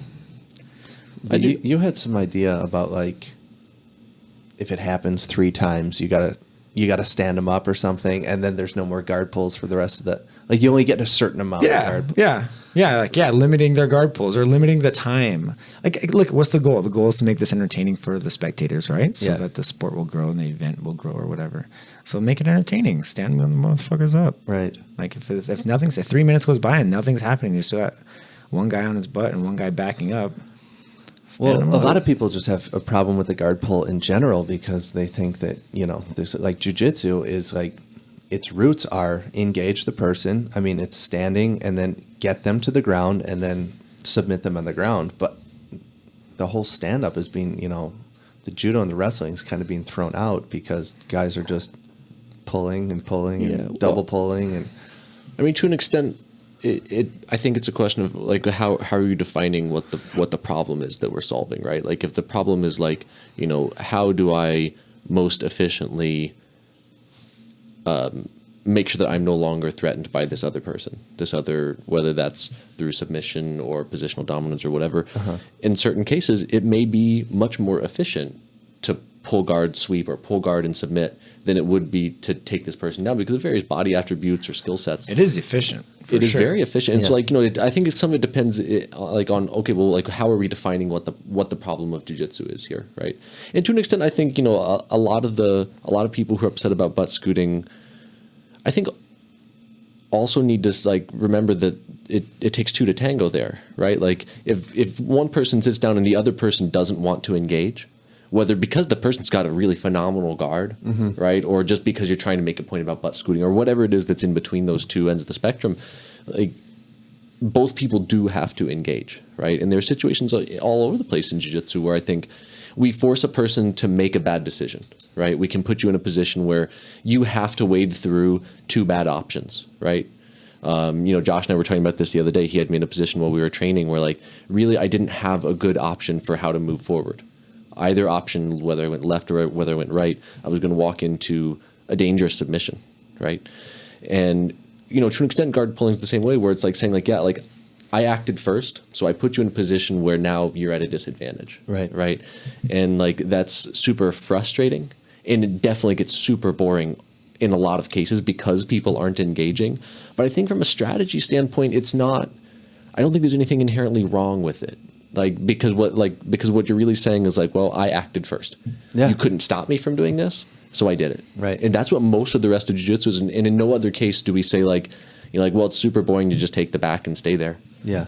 It is, right? Yeah. But like we don't think about it that way because it's not looked down upon. Yeah, because both people have to engage. Yeah. Right. Because you're not doing anything when you pull guard. You're not. You're just sitting down. You're not forcing the person into a bad position. You're just. I mean, how can you stop someone from pulling guard? You can't. You have to take them down that much faster. I mean, that's the thing. Like, it's practically. You're right. I think it's like in the IBJJF, this exists. Because the guy cannot pull guard without a grip. Sure. Right. So we have a duel. We have a face-off. I have this fight with people all the time where I want to take them down to that night of the one. They want to pull. Mm-hmm. I got to manage this distance very well. Sure. It's very strategic. Yeah. But in Fight to Win Pro, it's not like that. Or EBI, it's not like that. They can literally, the guy says... He can sit down all the way across the ring. Yeah. Sure. Which I hate. Yeah. It can be frustrating. I mean, on the other hand, like, I think I've seen... Like, I know there was one match and it was... who was it? Samir Chandra and one of the Meow brothers, I think. Yeah. Right. And it's often like touted as this like, butt scooting example, but like that's an example like, well, the top guy should have engaged, right? Like if you want to believe in takedowns and you want to say like, well, this is about top pressure and engaging and driving forward, like, well, then like, yeah, you're at a disadvantage because the guy sat down. Yeah. Inherently, you are at a disadvantage because like Josh said, you have to now wade through this whole world of shit to get to anything positive. And you may not even be awarded any points to do that. But if you want to like take that sort of like maybe moral argument and say like, oh, well, no, this is about like the purity of jiu-jitsu. This is what jiu-jitsu is about. Like, well, then do what jiu-jitsu is about. Like engage, drive through, pressure, like get to the things you want to do, like prove your point that way to me more than saying like, oh, well, you're not allowed to just sit down. Sure. At the end of the day, yeah, if you want to just win by submission, you should just pass their fucking guard, smash their face and submit them. Sure. And there's no problem. There's no referees to worry about. Sure. But sometimes the match goes to the end and the judges make the decision and say this is the guy on bottom because he was attacking more submissions. Sure, absolutely. But I mean, part of me says like, that's a great incentive for him to sit there and do that. Like, and it's like earlier, you said like, well, what did he do? I mean, it's a very simple thing to do to just sit down, but it does put the other guy at a tremendous disadvantage, right? Strategically, it's a really good idea in a lot of cases. It's a rational thing to do. Yeah, right? And like you can try and disincentivize that, I think, through point structures or penalty structures or whatever it might be. And I agree, like I think making the person actually engage so that there's distance is valuable, but like I know a lot of old school guys who would say like, oh, like, yeah, like if the guy's just sitting there, then just like smash through his guard. Well, then do it. Yeah. Yeah, sure. And then there's that whole battle of like, you got to tie. The guy's trying to pull. He needs a grip to pull, and then you just kind of go in for that forward motion, and you actually get the takedown. Sure. I mean, there's definitely a skill in that. Or a guy a guy tries to hit a takedown, and you're able to pass directly off of it. Right. Just depending on how sharp your setups are. I mean, what are you anticipating, and that's the thing is like it's. Guard pulling creates those opportunities as well. So, it's I know I definitely agree that it can be really unfriendly to spectators. Yeah. But on the other hand, like it doesn't have to be, don't be afraid to lose. Yeah. That's true. Go fearless. Yeah. What would you like to see changed with the IBJJF rules? Is there anything in there? Nothing. I like it. You like it the way it is? It's exactly the way I like it. Perfect. A lot of people don't like it, but I love the IBJJF. They've been very good to me. I've never had a bad decision against me. I know some people think that Americans get a bad rap, bad calls. Never. I've had some questionable calls that I thought like, oh, I grabbed the guy's leg before he pulled, and I thought I should have gotten an easy 2, and I didn't. Like that's the worst of it. And actually, it turned out I went back and reviewed the video, and I was like, oh no, that wasn't actually what I thought it was. I think he really did pull first. Yeah. But in the moment, you feel like, for sure, I initiated So that's the worst that's ever happened. I've never had a bad decision against me or anything like that. I've never ever felt screwed. What about people who think about or like call for instant replay? Have you ever thought about that? You know what's interesting, man? Tarsis Humphreys fought Keenan at the LA Pro, I think, or something like that. It was a pro tournament for money. And he actually stopped the match verbally, told the referee that Keenan reaped his knee, and they had a video, and he went to the table, and they had actually reviewed. I think they looked at the video, and they actually DQ'd Keenan. Really? They did DQ Keenan. I can't remember if they actually reviewed the film or if Tarsis was just saying, check the film. But in the end, Keenan was DQ'd. I don't know if they actually reviewed the film or not, but he reaped his knee for like a split second in a scramble. What do you think about reaping? I don't know. I don't really have an opinion on it. Like I've never really seen anyone's knee get hurt reaping, Right. but I think the rule was made like way before I was an active competitor in the IBJJF, so I've never. Maybe people did hurt their knees in reaping situations in a gi. I don't know. I don't remember. Yeah.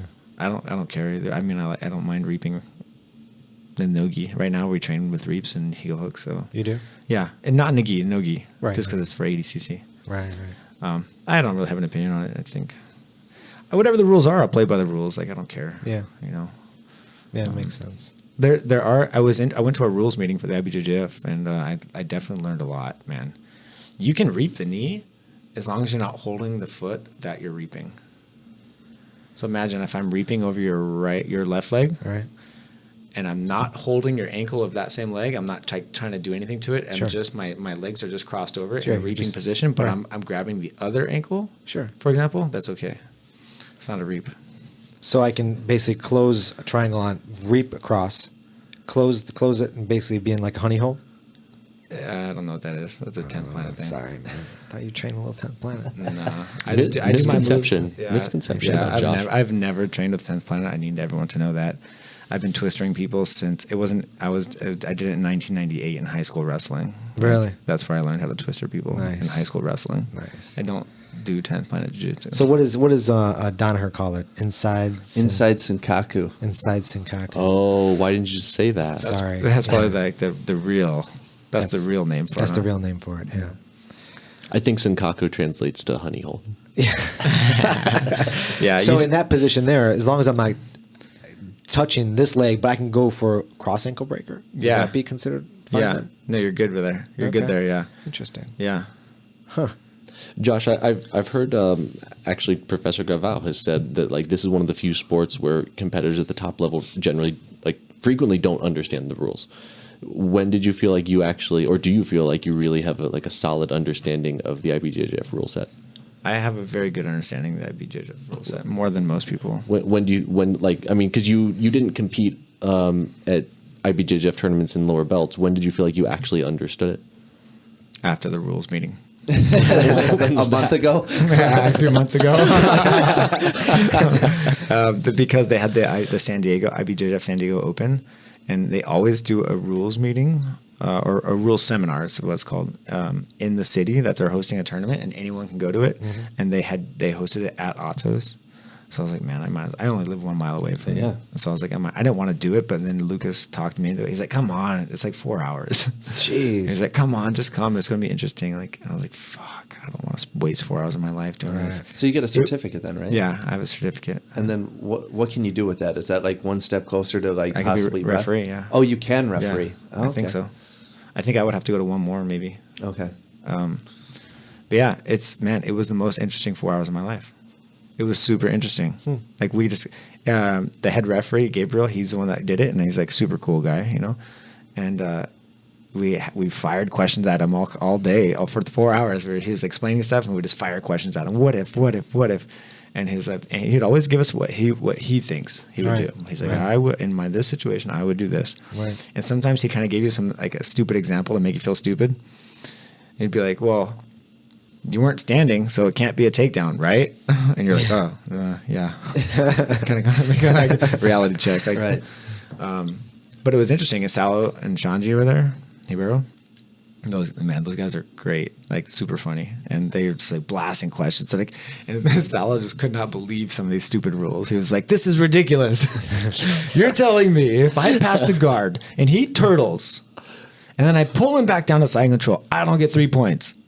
I was like, "No, you guys know that? No.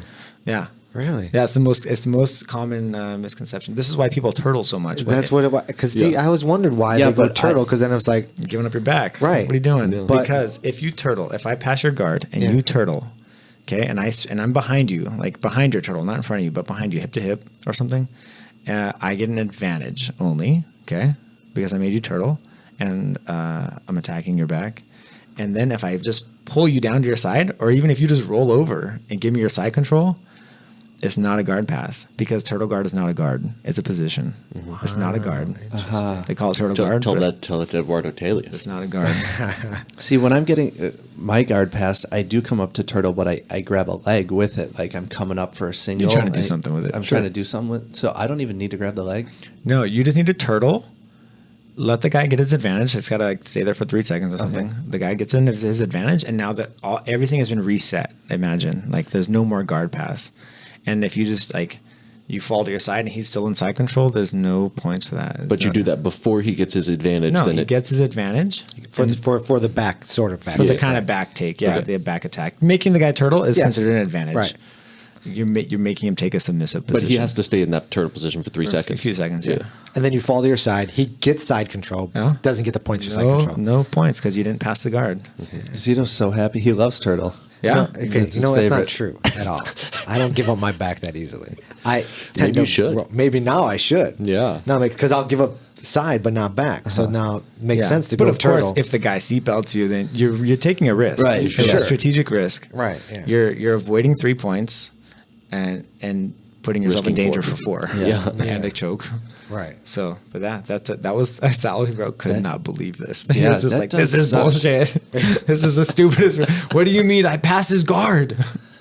I remember someone telling me that I think it was Daniel Viana was telling me that Hidiogo was in town and like had showed some position, and they were, they told him like, oh, you can't do that. That's reaping. And he's like, what the fuck do you mean that's reaping? He's like, I go to any tournament, I tell all my students to do that. They want to come off and tell me that's illegal. They can come talk to me. Fuck them. Just like, I don't think it's gonna work like that though. You might be too old school for your own good, man. Yeah, I mean, how many times do we train like guard pass, 15 seconds left, you got to score, but right. All the guys got to do now is fucking turtle up, and they don't. Yeah, he'll turtle, avoid the points. Yeah. And if there's only 15 seconds left in the match, he's got to stay turtle for 15 seconds. Yeah, okay. Or fall back over to his side afterwards. It doesn't matter. Yeah. Damn. I know, it's crazy. I like knowing all the rules, man. It really increases. I think I wrote about this once. I said it increases I called it the strategic index. I invented that term. It's good. The strategic index of matches with points is much higher than matches without points. Did it change how you actually put together strategy or perform? No, man. I smash and pass and submit. That's what I always do. That's it. I'm not changing. I don't need to change anything. It didn't make you even look out for anything in when other people are doing it to you. I'm just aware that when I pass someone's guard and they turtle, I'm not going to get 3 points for breaking them back down. So I better just take their fucking back. Right. That's what's up. That's what I do. Now I know. Yeah. Think about that, right? If you didn't know the rule, maybe you would grab the guy's hip and belt and pull him back down to the side, and then look at the referee like, "Where's my points?" Right. And but no, you're not getting any points. No. Yeah. So just take their back, or break them down and go knee on belly. Sure. Right. But you just know you're not getting 3 points. Yeah. Yeah. Josh, let's talk about your DVD, The Hinger Teen. The Hinger Teen. I own it, by the way. Us. Got it on the Fight Hub. Nice. So how does that work? Do you film that whole thing in one day, or do you break it up? I filmed it in 2 days with James. Actually, it was in the last 1 year ago. I should make a post about it. It's 1 year ago. Is it really? 1 year? Nice. Because it was during the Chicago Summer Open last year. Okay, cool. I competed, and then I went down to James's academy for a week. I taught his classes for a week because he was injured, so it just conveniently worked out that I could teach his classes for him. Mm-hmm. So I made him pay me for that. And then in between the classes, in the middle of the day, we filmed basically 2 8-hour sessions. 8 hours on Tuesday, 8 hours on Thursday. Filmed it all. It was like 22 techniques. Yeah. And then he edited the whole thing, and he basically just did everything else. That's I awesome. just had to teach on camera. Just the talent. Yeah. Yeah. I own it. I highly recommend it. I love the DVD. Do you have it, Zito? I don't have it. No. Come on, bro. What the fuck? He's not Don't let him borrow it. I won't. Got to buy your own. Well, I mean, I don't actually have the hard copy. the downloadable. I got the downloadable. Yeah, so you can share it with your other friends. I just torrented it. No, I don't even. I don't know how to do any of that shit. That's No, staying on Paul's my not computer. technical at all. Hey man, if And your he's life very is, young, if your life is so rough that you need to save $30 to steal from a poor jiu-jitsu athlete, then that's fine. You can do that. I don't even like when people pirate the UFC. I don't pirate anything. I swear. To me that's stealing. Yeah, I don't pirate anything. I Oh don't- fuck the UFC! They've so much money, they've billions of dollars. Yeah, but you're so does Walgreens. You Yeah. go in there and fucking Yeah. steal from them. Yeah, You know. I don't pirate anything, man. No music, movies, nothing. Yeah. I never figured out actually how torrents work, to be honest. Someone tried to explain it to me, and it just seemed like Spotify already existed, and so I was kind of like, I'm gonna skip it. Well, torrents are just shared. It's like. Well, yeah, back tell us in the more day. about it, nerd. No, Yeah, I won't. geek. Let's not Tell get us into more it. about your piracy. Let's not get into it. No. I mean, I come from like Napster back in the day and shit like that. That was I know I mean, Napster. I remember Napster. Kazaa and Napster and before Napster got LimeWire. Josh, that was LimeWire, BearShare, all those ones. that was yeah. before MySpace. Josh, Napster. he's still a dial-up. You know what? I remember when Facebook first fucking started. So do I. And it was I was specifically there, You had to man. have an EDU account. It was your specific- classes yeah. were listed It on was it. specifically for universities, and Yeah. and I went to UC Irvine, and UC Irvine had its own Facebook thing, and I remember like it was like super basic, man. It was like fucking nothing. You could only have one picture, your profile picture. Yeah. You couldn't have any other pictures. Yeah, it That was the simplicity was like its thing. I know now it's Because ridiculous. MySpace was just loud, you know, like there's music Sure. and there's fucking things, Backgrounds and- background scrolls, and it was a fucking mess. If you look at it now, it's like scary. You know, it still exists, right? Yeah, I know. It's Do you still keep kind your of page like AOL. updated? AOL still exists. It's odd to me. I had to get back into it like a few years ago because I wanted to get some of the old pictures that I had. You on still there. have a page, don't you? I had some my old MySpace pictures, or sorry, my old Turkmenistan pictures were still. I would upload all my pictures to MySpace from Turkmenistan, and those pictures are priceless to me because I'm never getting back into that country. Right. Yeah. So If that country even exists. it does exist. The supposed Turkmenistan. It does exist. It does exist. It's just a fucking black hole of knowledge. Everything can go in, nothing can come out. It's like North Korea, but they don't have nukes and they're not threatening to bomb Guam. Gotcha. Sure, there's that. Okay. Yeah. They're actually very peaceful. They don't want anyone to fuck with them. They have a lot of natural gas and they have a lot of money because of that natural gas, and they don't want to upset anyone. I see. They don't want the U.S. troops come stomping in. They're just Right. like, oh, we don't got terrorists here. Nope. Nope. Nope. You have a beard? Boom. You're dead. You're not a terrorist. No terrorists here. Don't worry about us, America. Yeah. No I like terrorists that. here. Yeah, they're Low keep, profile, they- huh? man, you can't. It's like not even okay to have a beard there because it's too associated with terrorists. It's like that kind of country, you know. Right, Like, right. You can't have a beard.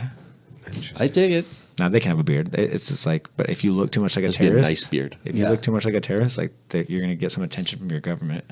That's the last thing you want. Yeah, any place that ends in Stan. You don't want the government asking about you. Is there any jiu-jitsu in the stands? There is, right? I mean, where's that? Where's Kazakhstan has jiu-jitsu. Yeah, Khabib is from Dagestan or something. Dagestan. Dagestan, That's yeah. a republic within Russia. They're- It's a Russian Yeah. Federation They're- state. They're Sambo guys. A Yeah. lot of Sambo guys over there. Yeah, the Chechens also, man. Yeah. Chechens are badass. Now, Josh, I think earlier you mentioned that you're training for ACB, Yeah. which is they're out of Chechnya originally. Absolute championship Berkut, and that's from Chechnya. Yeah, those guys are awesome. They take care of fighters. They pay the fighters really well for their time and efforts. Now, as I recall, in what was it, 2 years ago or 3 years ago now that you and Professor Galvao went to That was a year and a half ago. year and a half ago. Went to Moscow. Went to Moscow there, And Professor G fought against Homulo Bahau. right? Yeah. Oh, But yeah, I saw that there were a match. lot of like fighters from Russia and its various republics and things on that card, weren't there? Yeah, they usually try to mix up some Russian athletes or Chechens with outsider us, American, English, Brazilian athletes. And they stack up, dude. They're tough. Their athletes are good, Man, huh? they're one. They're breaking some feet. Yeah, they're really tough. They're good. They just train all day. That's great. That's great. Now, can you tell us more about because I think there haven't been a lot of events, and there's probably not a lot of widespread knowledge about what the ACB is in the tournament that's coming up. Can you tell people? It's weird because they don't have a contract with Flow Grappling, so because when they have the event, they want it live streamed in Russia, and I guess like Flow Grappling had a hard time with that. In one of the events, the one that I went to with Professor Andre. They had like the feed kept dropping, and so I don't know. They contracted with a different person to film and stream it, and well, there's your next article for Flow Grappling, how they couldn't put the deal together. I know. I don't know that Flow would publish that. You don't think so? No. But I wish ACB would get more attention because they really did put together the best 8-man Grand Prix ever. So what is it that sets that organization apart? I mean, you've mentioned that they take care of their fighters really well and things like that, but like what sorts of things are they doing particularly well that help separate them from some of the other events? What kind of things could other events learn from them about how to put on a good tournament or treat their fighters? Man, they just take care. They pay for the flight. They pay for the hotel. They send you to a different country. They're going to pay you to fight. They're going to pay you to win. They're going to pay you to fight your next match. They're going to pay you to fight. They pay you if you win that match. They pay you to fight the third fight. And they'll pay you if you win that match. They're just investing in the fighters. That's great. Yeah, that's great. Now, I respect anyone that pays fighters. Sure, of course. Well, you would. What sort of? And they really do pull together like the best 8 guys they possibly can. Like the divisions are stacked. It's like a world division, but better. Really? Who can you don't even know because you didn't even see it, right? Right. Like I know that like I caught Professor Galvao's fight. But that was different. That was Barracuda. That was Barracuda. It was just same organization. It was a lineup. It was same organization, different name. Okay. That was just a super fight card. They just had matches. One match. This one's an 8-man tournament. It's a tournament. Yeah. Okay. Who else is in this tournament? And for my division? Yeah. I do 85 kilos. It's me, Lucas Hosha, Arnaldo Maidana from Checkmat, Thiago Sá from Checkmat, Calasanz from Atos, Otavio Souza from Gracie Baja, Gabriel Arges from Gracie Baja, and it was Victor Silverio also, but I think he got. I don't want to say anything. I think he got replaced by someone. They had introduced a new person for our division, and I don't know why. I think Victor was not in it anymore, but he was from GFT, but now he's Gracie Baja. That's a super impressive lineup. Yeah, it's a lot. And now this is a no-gi tournament. This one is no-gi. We did the gi one in February. And you'll what sort of a rule set do they use for this tournament? Like, is it similar to anything else, or are there any quirks? Yeah, it is very quirky actually because you're going to fight 3 rounds, 5 minutes each. It's like a boxing match. Oh, interesting. They score each round independently. You get a 1-minute break between the rounds. So if I beat you, for example, my first match with Gabriel Arges, I don't like to use this as an example because he won, but it was a nice fight. He beat me in the first round 5-0. Okay. So he wins that round 29-20 or 29-30. The second round we had a draw. It's 30-30. Okay. Third round we had a draw 30-30. He won. He won by that 1 point. Okay. If one of the rounds is there's a 7-point spread difference. If I'm beating you by 7 points or more, it's a 8-10 round. 10, okay. Fuck, I was saying that wrong. It's 10-8 or 10-9. Yeah. In the end, it came to 29-30. Okay. Right. But yeah, it's if it's just a 2-point victory, it's 9-10. Okay. If it's a submission, it's a knockout. Match is over. Go home. The whole thing. The whole thing's over. Wow. So it's interesting because you get to reset the round and come at it at a different angle. How do you go about preparing for something like that? I mean, do you train the way that just fucking smash everyone and try to submit them the whole time? You don't train. Do you train specifically under that kind of a rule set in preparation, or are you just balls to the wall the whole time? Ignore it. I take people down and pass their guard and submit them. That's what I train to do. Okay. In the process of doing that, you can make a lot of points. Yeah.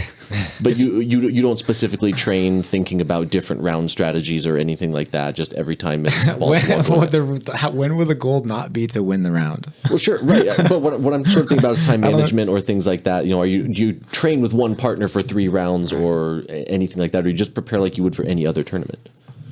I just train for 5-minute rounds. Yeah, I kind of like that idea of 3 5-minute But look, rounds. you can train a 10-minute round. 10-minute round is just as useful because a 1-minute break isn't shit. Sure. Really. It's enough time for you to stand up, walk to the side, get a sip of water, and walk back. That's what What's basically. it in MMA? In UFC, is it 1 minute break between rounds? I think it is. Yeah. Right? Yeah. Yeah. I mean, Yeah. But it's not, man. It's nothing. Like, Right. It's not. It's not time to do anything. Look It's at the just- academy. Half the time, people haven't even found a new partner in a minute. Yeah, Yeah, right. exactly. No, you just like stand up, tie your belt, go get a sip, and come back and do it again. So no, there's no different training strategy. To answer your question, just go ham. When are we going to see the Hinger Plata DVD? Are you coming out with something else, or? No, it's coming. Oh, is it coming? It's coming. I haven't filmed it yet, but I'm just deciding You're putting the pieces together. deciding right now. what to do with it. Yeah, it's going to be a combination of some lapella plata with some mono plata and some go-go plata. All the plot Yeah, is. all the platas. I'm just trying to build some momentum behind it. You know, I'm Yeah. trying to show people that this shit works. Yeah. Like battle tested. so you actually you actively go for that in the, I try to go plata everybody. yeah. Yeah, go plata is the goal. Mono plata is sim number 2 because Hanger Teens old news. old news, but I use it to set up these positions, Sure. so it's very relevant. It's actually called the Hingogatine series. Oh, really? It's quite a name. Stupid names are stupid. Yeah. So give one tip to the listeners out there that are competitors as far Train. as like mindset for competition. What do you do to get in the zone? Yeah, I wrote an article about this. I can always say that. I can say that about any fucking topic. Oh, I wrote an article about this. Lady boys. Yeah, you have to practice positive thought. You have to. You can't let the demons eat you up. Because everyone has the voice in their head that tells them they're going to lose. You know? Luckily with experience it goes away. And with practice you can silence the bad thoughts and listen to the good thoughts. But you definitely have to practice this. And even this is something Andre taught me. Andre Galvao, if you don't know who I'm referring to. Yeah. I should just call him Professor Galvao. That's what I should call him. But he preaches this a lot, and it's helped me out immensely. Everyone has negative thoughts. Everyone. Even if you're a super badass and you're fighting a nobody, you're going to have some crazy thoughts about, what if I lose to this guy? It's going to look so stupid. It's going to be so embarrassing. Of course I should smash this guy. Right. And that guy's thinking, oh my God, I'm going to fight this world champion. He's going to beat my ass. Well, but anything can happen. Mm-hmm. Anyone can make a mistake, man. Anyone. Or maybe in the middle match you get hurt. You post your arm wrong and you hurt it, and then the guy fucks you up. Yeah. So anything can happen. You just have to go out there and focus. Keep your focus and just fight as hard as you can. Like, you can't be passive because you think someone's good, or you shouldn't wait for them to attack you. You have to be offensive. The only way to win is to attack. No one ever won a match with great defense. Right. I used to say, I've been saying that for years. Yeah. So I think you just have to like silence the thoughts, the negative thoughts that are saying you're going to lose. This guy's going to beat you. Oh my God, he's so big. Everyone is always so big, right? If you guys weigh the exact same, you're both looking at each other like, oh my God, he's so big. Yeah. You know what I mean? Like your perspective is so fucked up in tournaments, man. It's just like you feel like everything's stacked against you. Right. Josh, in a practical sense, I mean, you hear about athletes who will do like positive visualizations. Like, is there like how, in a practical sense, how do you try to silence those demons or focus on the positive things? Like, are there techniques you do? I mean, I'm sure there are people who meditate or things like that. I've never taken you for the meditative type, but No meditation. I think I just. how would you tell a white belt to go about looking for their happy place or their positivity before a tournament? You ever wonder, like in your own mind, you can literally have a conversation with yourself in your mind. Do you ever wonder if that second voice is you or someone else? No, That's fucking but that's deep. seriously. now I will. Watch. I'm gonna blow your mind right now. It depends if you're spiritual or not, right? Sure. Demons, literally demons, or Literal figuratively demons, right? Irrelevant. We don't know. Yeah, sure. But like, you imagine if that negative thought in your mind is not you. Right. Okay. Like in the cartoons, it's the little devil. It's on the your, little devil on your Yeah, shoulder. yeah. Like, imagine that's really what it is. And you tell that motherfucker to shut the fuck up. Yeah. You tell him to shut up. Shut up. I don't need your shit right now. Yeah. Remember that video I sent you on Facebook the other day about 2 is you? Remember about the split brain? Oh yeah. No? Yeah. It's a scientific thing. You have 2 brains. Each hemisphere is separate. They're connected by nerves and they communicate with each other. But you can separate these two. and they're actually separate brains. Like surgically, they can actually be. They can be like surgically for separated. people who have epilepsy and Right. various sorts of strokes and things. It's a video on YouTube called Two Is You.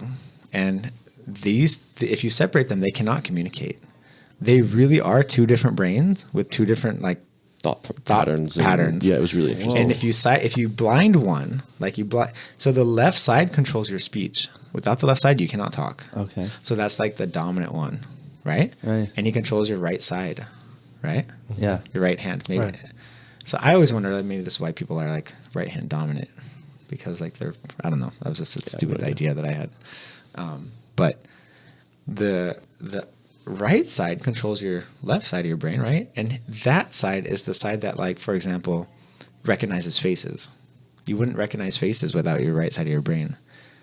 So you need, it's interesting. There's a lot of information about which side does what. Right. Mm-hmm. But there's a video on YouTube called Two Is You.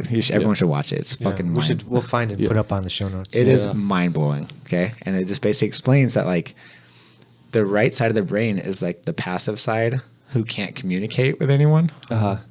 But has a greater depth of understanding about various things. yeah, but it can't communicate, so it just kind of hangs back and lets the left side kind of dominate, because left side controls speech, and that's the most important thing. So I was just, but imagine that the negative thoughts you have in your competition are really not you. Yeah. And maybe it's not you. Maybe it's the right side of your brain. Well, they're both. If they're both you, right? Which is you? I think, right? And that was one of the philosophical issues in the video, which is which one is who you? are you? Right. Right? You're these two dual personalities. It was super interesting because they would blind, for example, they would blind the left eye, which is right brain, okay, and blind left eye and put something in the hand of The opposite hand. the opposite hand, and then if the right hand is holding something, left brain controls speech. Yes. Okay, And so right hand. right brain cannot say what it's holding if left brain cannot see it. Oh, is that right? Then it can't say it. It doesn't Right. know. It's I'm not holding anything. Yeah. Or they would ask you Left brain, why right did you hand. pick up that thing, and it would make up a reason why that was totally unrelated to reality. Oh, no shit. Because it doesn't have any feedback Yeah. for why it actually did the thing. Or they would do color experiments where they're pick the purple one up, but with this one blinded, it'll just pick up whatever damn what it wants. Yeah. And So if I'm holding my phone in my right hand, my left brain can say I'm holding my cell phone. Right, exactly. If I'm holding my phone in my left hand, that's my right brain. I cannot say, and I blind your left eye also. Uh-huh. And it's what are you holding? And he'll look at the right hand. I'm not holding anything. now this that's assumes the you fucking- have broken the link Yeah, between it's the two only hemispheres. if your brains are separated. If they're Right. separated, right? All of our exactly. brains are connected. They communicate with each other. Exactly. But But there is this split of responsibilities and things like that. Yeah. So what you're suggesting is brain surgery to focus on positivity. That's what I heard. That's what I got out of it. I've laid in bed at night and had conversations with my own brain. I'm just and I don't know what the reaction is. It's Point counterpoint and yeah, whatever. I'll just start Yeah, sure. countering myself, and Yeah. I'm just man, am I really talking to myself, or am I talking to a demon? You might be incredibly just argumentative. Maybe. You're so competitive that you can't let yourself be right. Right, exactly. I was thinking the same thing. Yeah, maybe, but I don't know. Man. That's not a bad thing. You, I mean- you really just. I think I've never actually done this. I have done this. I've been at competition and I'm having thoughts to myself oh man, this guy's he has good wrestling defense. I'm not going to be able to take him down. It's going to be a problem. Blah blah blah. And then I just literally tell myself, shut the fuck up. Just go out there and fucking go ham and smash the guy, and it's all going to work out. Just fight as hard as you can. Don't be a bitch. Go hard. Right. It's going to work out, man. Right. It's going to work out. You only lose when you give up. When you accept a position. If someone is passing your guard, taking you down, you can fight, man. You can fight, wiggle, fight, get back to your feet, keep fighting. You have to accept bad positions. Yeah, it's true. You have to. Sometimes you have to accept it. Sometimes you have to make a decision. Do I want to let him pass my guard or turtle and give him my back? Right. You have to accept these bad positions, or you can just keep going. And sometimes you end up getting caught, and that's fine. But then you have to accept, right? If someone's breaking your arm, you're going to accept it. Yep. Sure. I accept. Yeah, you don't have to, but you don't have to. Most people will. But you will. Yeah. Yeah. So I say just go out there and fight as hard as you possibly can. Right. Stay focused and don't accept shit from no one. Josh, you fought a lot of guys. So like who do you want to see like coming up? Like who do you want to fight? Like who's the guy? Someone that, just like, asked me this guy. The guys from Jiu-Jitsu magazine just asked me this too, Really? and I actually said Yuri Samoa's Okay. in a no-gi match. All right. Why no gi? Because he won the no-gi double gold. Okay. At no-gi worlds. All right. I won my weight class, but he won double gold, and he beat Murillo on a really close match in the finals. Uh-huh. I was getting up there, man. I made it to the quarterfinals, and I lost to Murillo. Murillo's really great too. I would actually like another match with Murillo too. Okay. Yuri's kind of big right now, though. I think he's like over 200 pounds. He's looking kind of thick. Yeah. But if we were the same size, if we could meet at a similar size, I would like a match with him. He's a great competitor. I think I like him a lot. Yeah. He looks very intimidating and scary, but when you talk to him, he's a very nice guy. Was Super- he was an EBI? Yeah. Right. Yeah. He lost in the finals to Gordon. Yeah, Yes. that's right. But What do you think about Gordon Ryan? I'm not gonna go there. Stay tuned for the article. Is there an article coming out about it? I mean, what? Look, I mean, Gordon's doing what he needs to do. You didn't see his article about, stop being a douchebag. I Jiu-jitsu did- doesn't have to be like MMA. Yeah, but see, I didn't. was put- that more towards Dylan? I didn't put anyone's pictures in there. Flow Grappling. That's true, but Flow Grappling put those pictures in there, so I wasn't actually. Oh, they put pictures in? I didn't even know that. Yeah.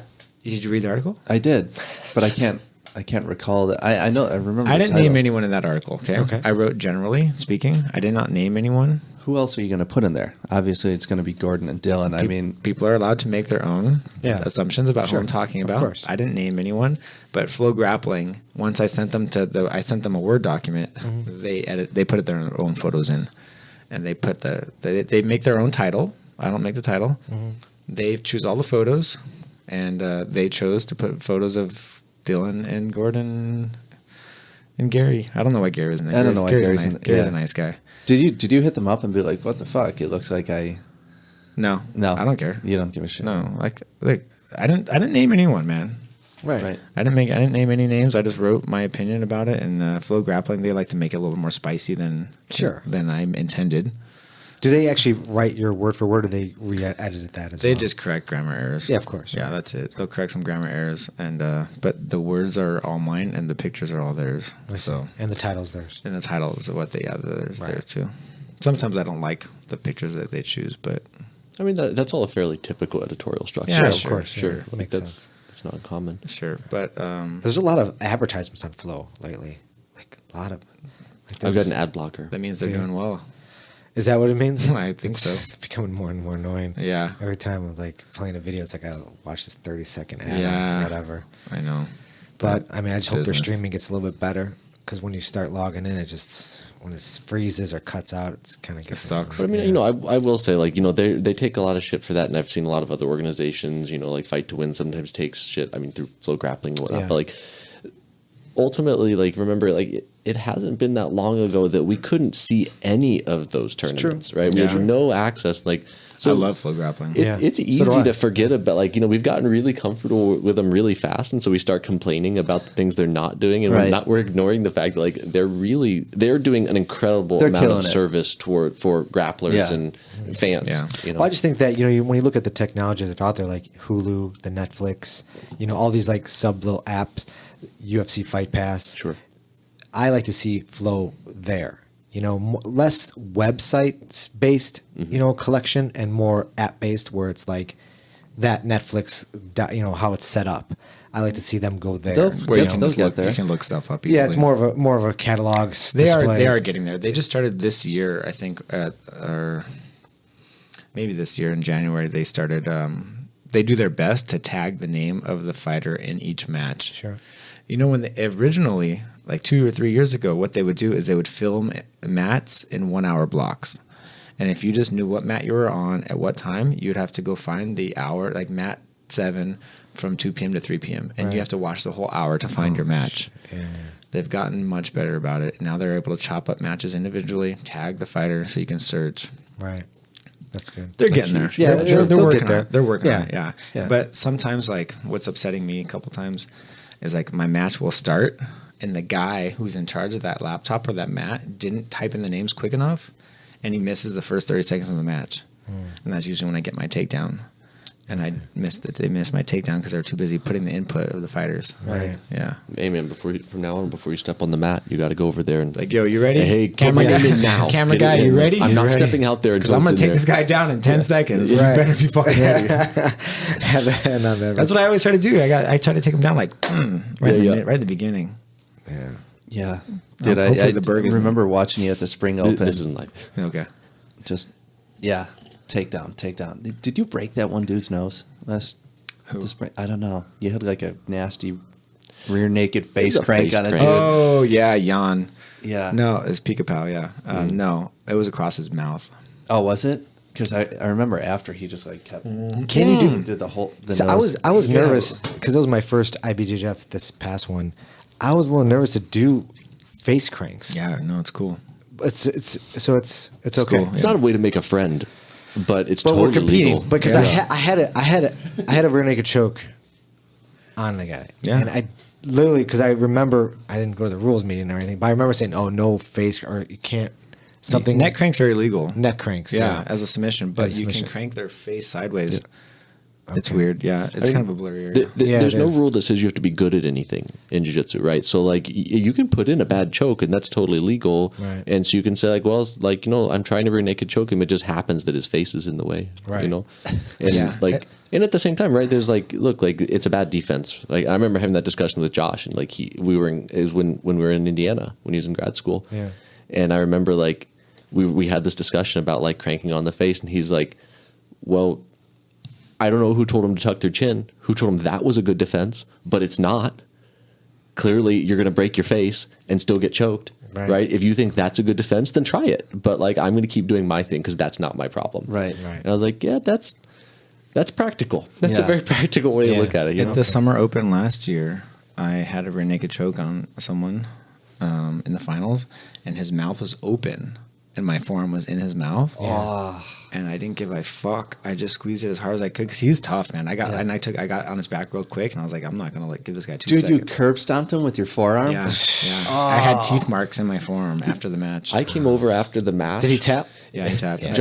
Josh is sitting there at the medical table, and this nurse is like trying to tell him like how to take care of it and clean it. And he's like, but he's actually just filming the whole thing for like Instagram, trying to get this picture of the nurse working on his arm. Teeth marks in my arm. Nice. I always tell everyone he bit me, but he didn't bite me. Yeah. He put my arm in his mouth. And I squeezed gross. it. But I heard it, man. I was squeezing it, and I was like, it was hurting me, and I felt his teeth like breaking my skin. And I was just like, man, I don't care. I'm gonna win this. It was the finals. Yeah. Yeah. I'm gonna squeeze this as hard as I can, break his teeth if I have to. Gangster. That's fucking awesome. Totally gangster. You got any day before rituals before competing? Nah. No. Like I think I might hit some hot yoga today or something just to like limber out or something. I might hit P quads. I don't know. Man. Oh yeah. Yeah. I'm just gonna chill out. I'm gonna go teach a seminar. Yeah. That's Oh yeah, how was your seminar? I missed it because I was. We noticed that. Yeah, I taught sorry. it, yeah. I was injured. It was I good, had man. to I had a enjoy great time. I usually teach an hour and a half on one day, an hour and a half on the next day. It's like Do you 2 roll hours. after your seminars? Yeah, for a little bit. Paul, but did you get to roll? I didn't know. Why not? I don't know. I ran it Just kind of. everyone was I ran it kind of late, and we got to take some pictures before we get out of there. Yeah. Usually, we got to get out of there by 9, because then if we don't, we're not going to get to eat. Everything closes at 10. Wait. Here closes at 10? middle of the week. If we're going up, like, so now I live up in Lakeview, and Lakeview closes at 10. Oh, The whole okay, neighborhood. okay. You can't even yeah, get in. Yeah. Okay. So So But yeah, last I time train. we- I train with Evan. Always like make sure to train with him, and there's a one of the guys let us borrow his car this weekend, which is super nice. So I made sure I Travis choked him. Hardy? Yeah, Yeah. choked his face. Thanks for letting me use your car. yeah, because I reached out to you and I was like, how's Josh getting to the studio or whatever? Because I know you're a cyclist, and Yeah, you're yeah. like, no, I'll drive him. I'm like, did I ever get a car? Yeah, he's just gonna ride on the solid. handlebars, man. Right. Yeah, no, it was really solid, and I think Josh will be the first one to tell you that we have always taken good care of him here in Chicago. Yeah, they always take great care of me. For sure. Yeah, I'm just coming to hang out with my friends. Yeah. It's not really work. And we appreciate you coming on to do the show Dude, and my everything. pleasure. Yeah. You It's got any great. sponsors you want to thank or I guess shout I outs? got to do that, huh? Yeah. I'm gonna Yeah. have to go ahead and give a shout out to Habrock Sports, my gi sponsor. Super great gi. I'm not even bullshitting. I really like their gi. Don't tell me that because I'm going to buy it. Nah, I'm not bullshitting you. It's a place good that gi. test. It fits really well, man. It fits nice. What are you, It's A3? What are you? Two. A2? A2. It fits me perfect, man. They're not too long. They're not too baggy. They're just like, they're strong. They have a lightweight one? Or they just have one? They do, but I actually like the other ones better. Do you? Yeah, the lightweight, I don't know. I'm kind of done with lightweight keys. I like the thicker ones, actually. Do you? Yeah. So, yeah, big thanks to them for always helping me out and giving me money and stuff. It's always important. Keys. Any other sponsors, apparel sponsors, anything? Yeah. There's a few of them. Okay. No, I got. You don't I have got. to No, shout them out. I'm just kidding. I'm just kidding. No, Moskova and Monkey Tape, and I got a sports drink sponsor, Greater Than. Super good sports drink. The finest sports drink on the market. Skova, man, I just got an email from them today. Actually, Nice undies. Yeah. They're great. Yeah, They yeah. emailed me, and what they say? Are they going to sponsor the podcast? No, I think it's because I God bought. damn it. You There's know, piles of underwear. it's kind of like I think it's just like a Oh. like, hey, you bought our products. What do you think about this? Check this out. Something.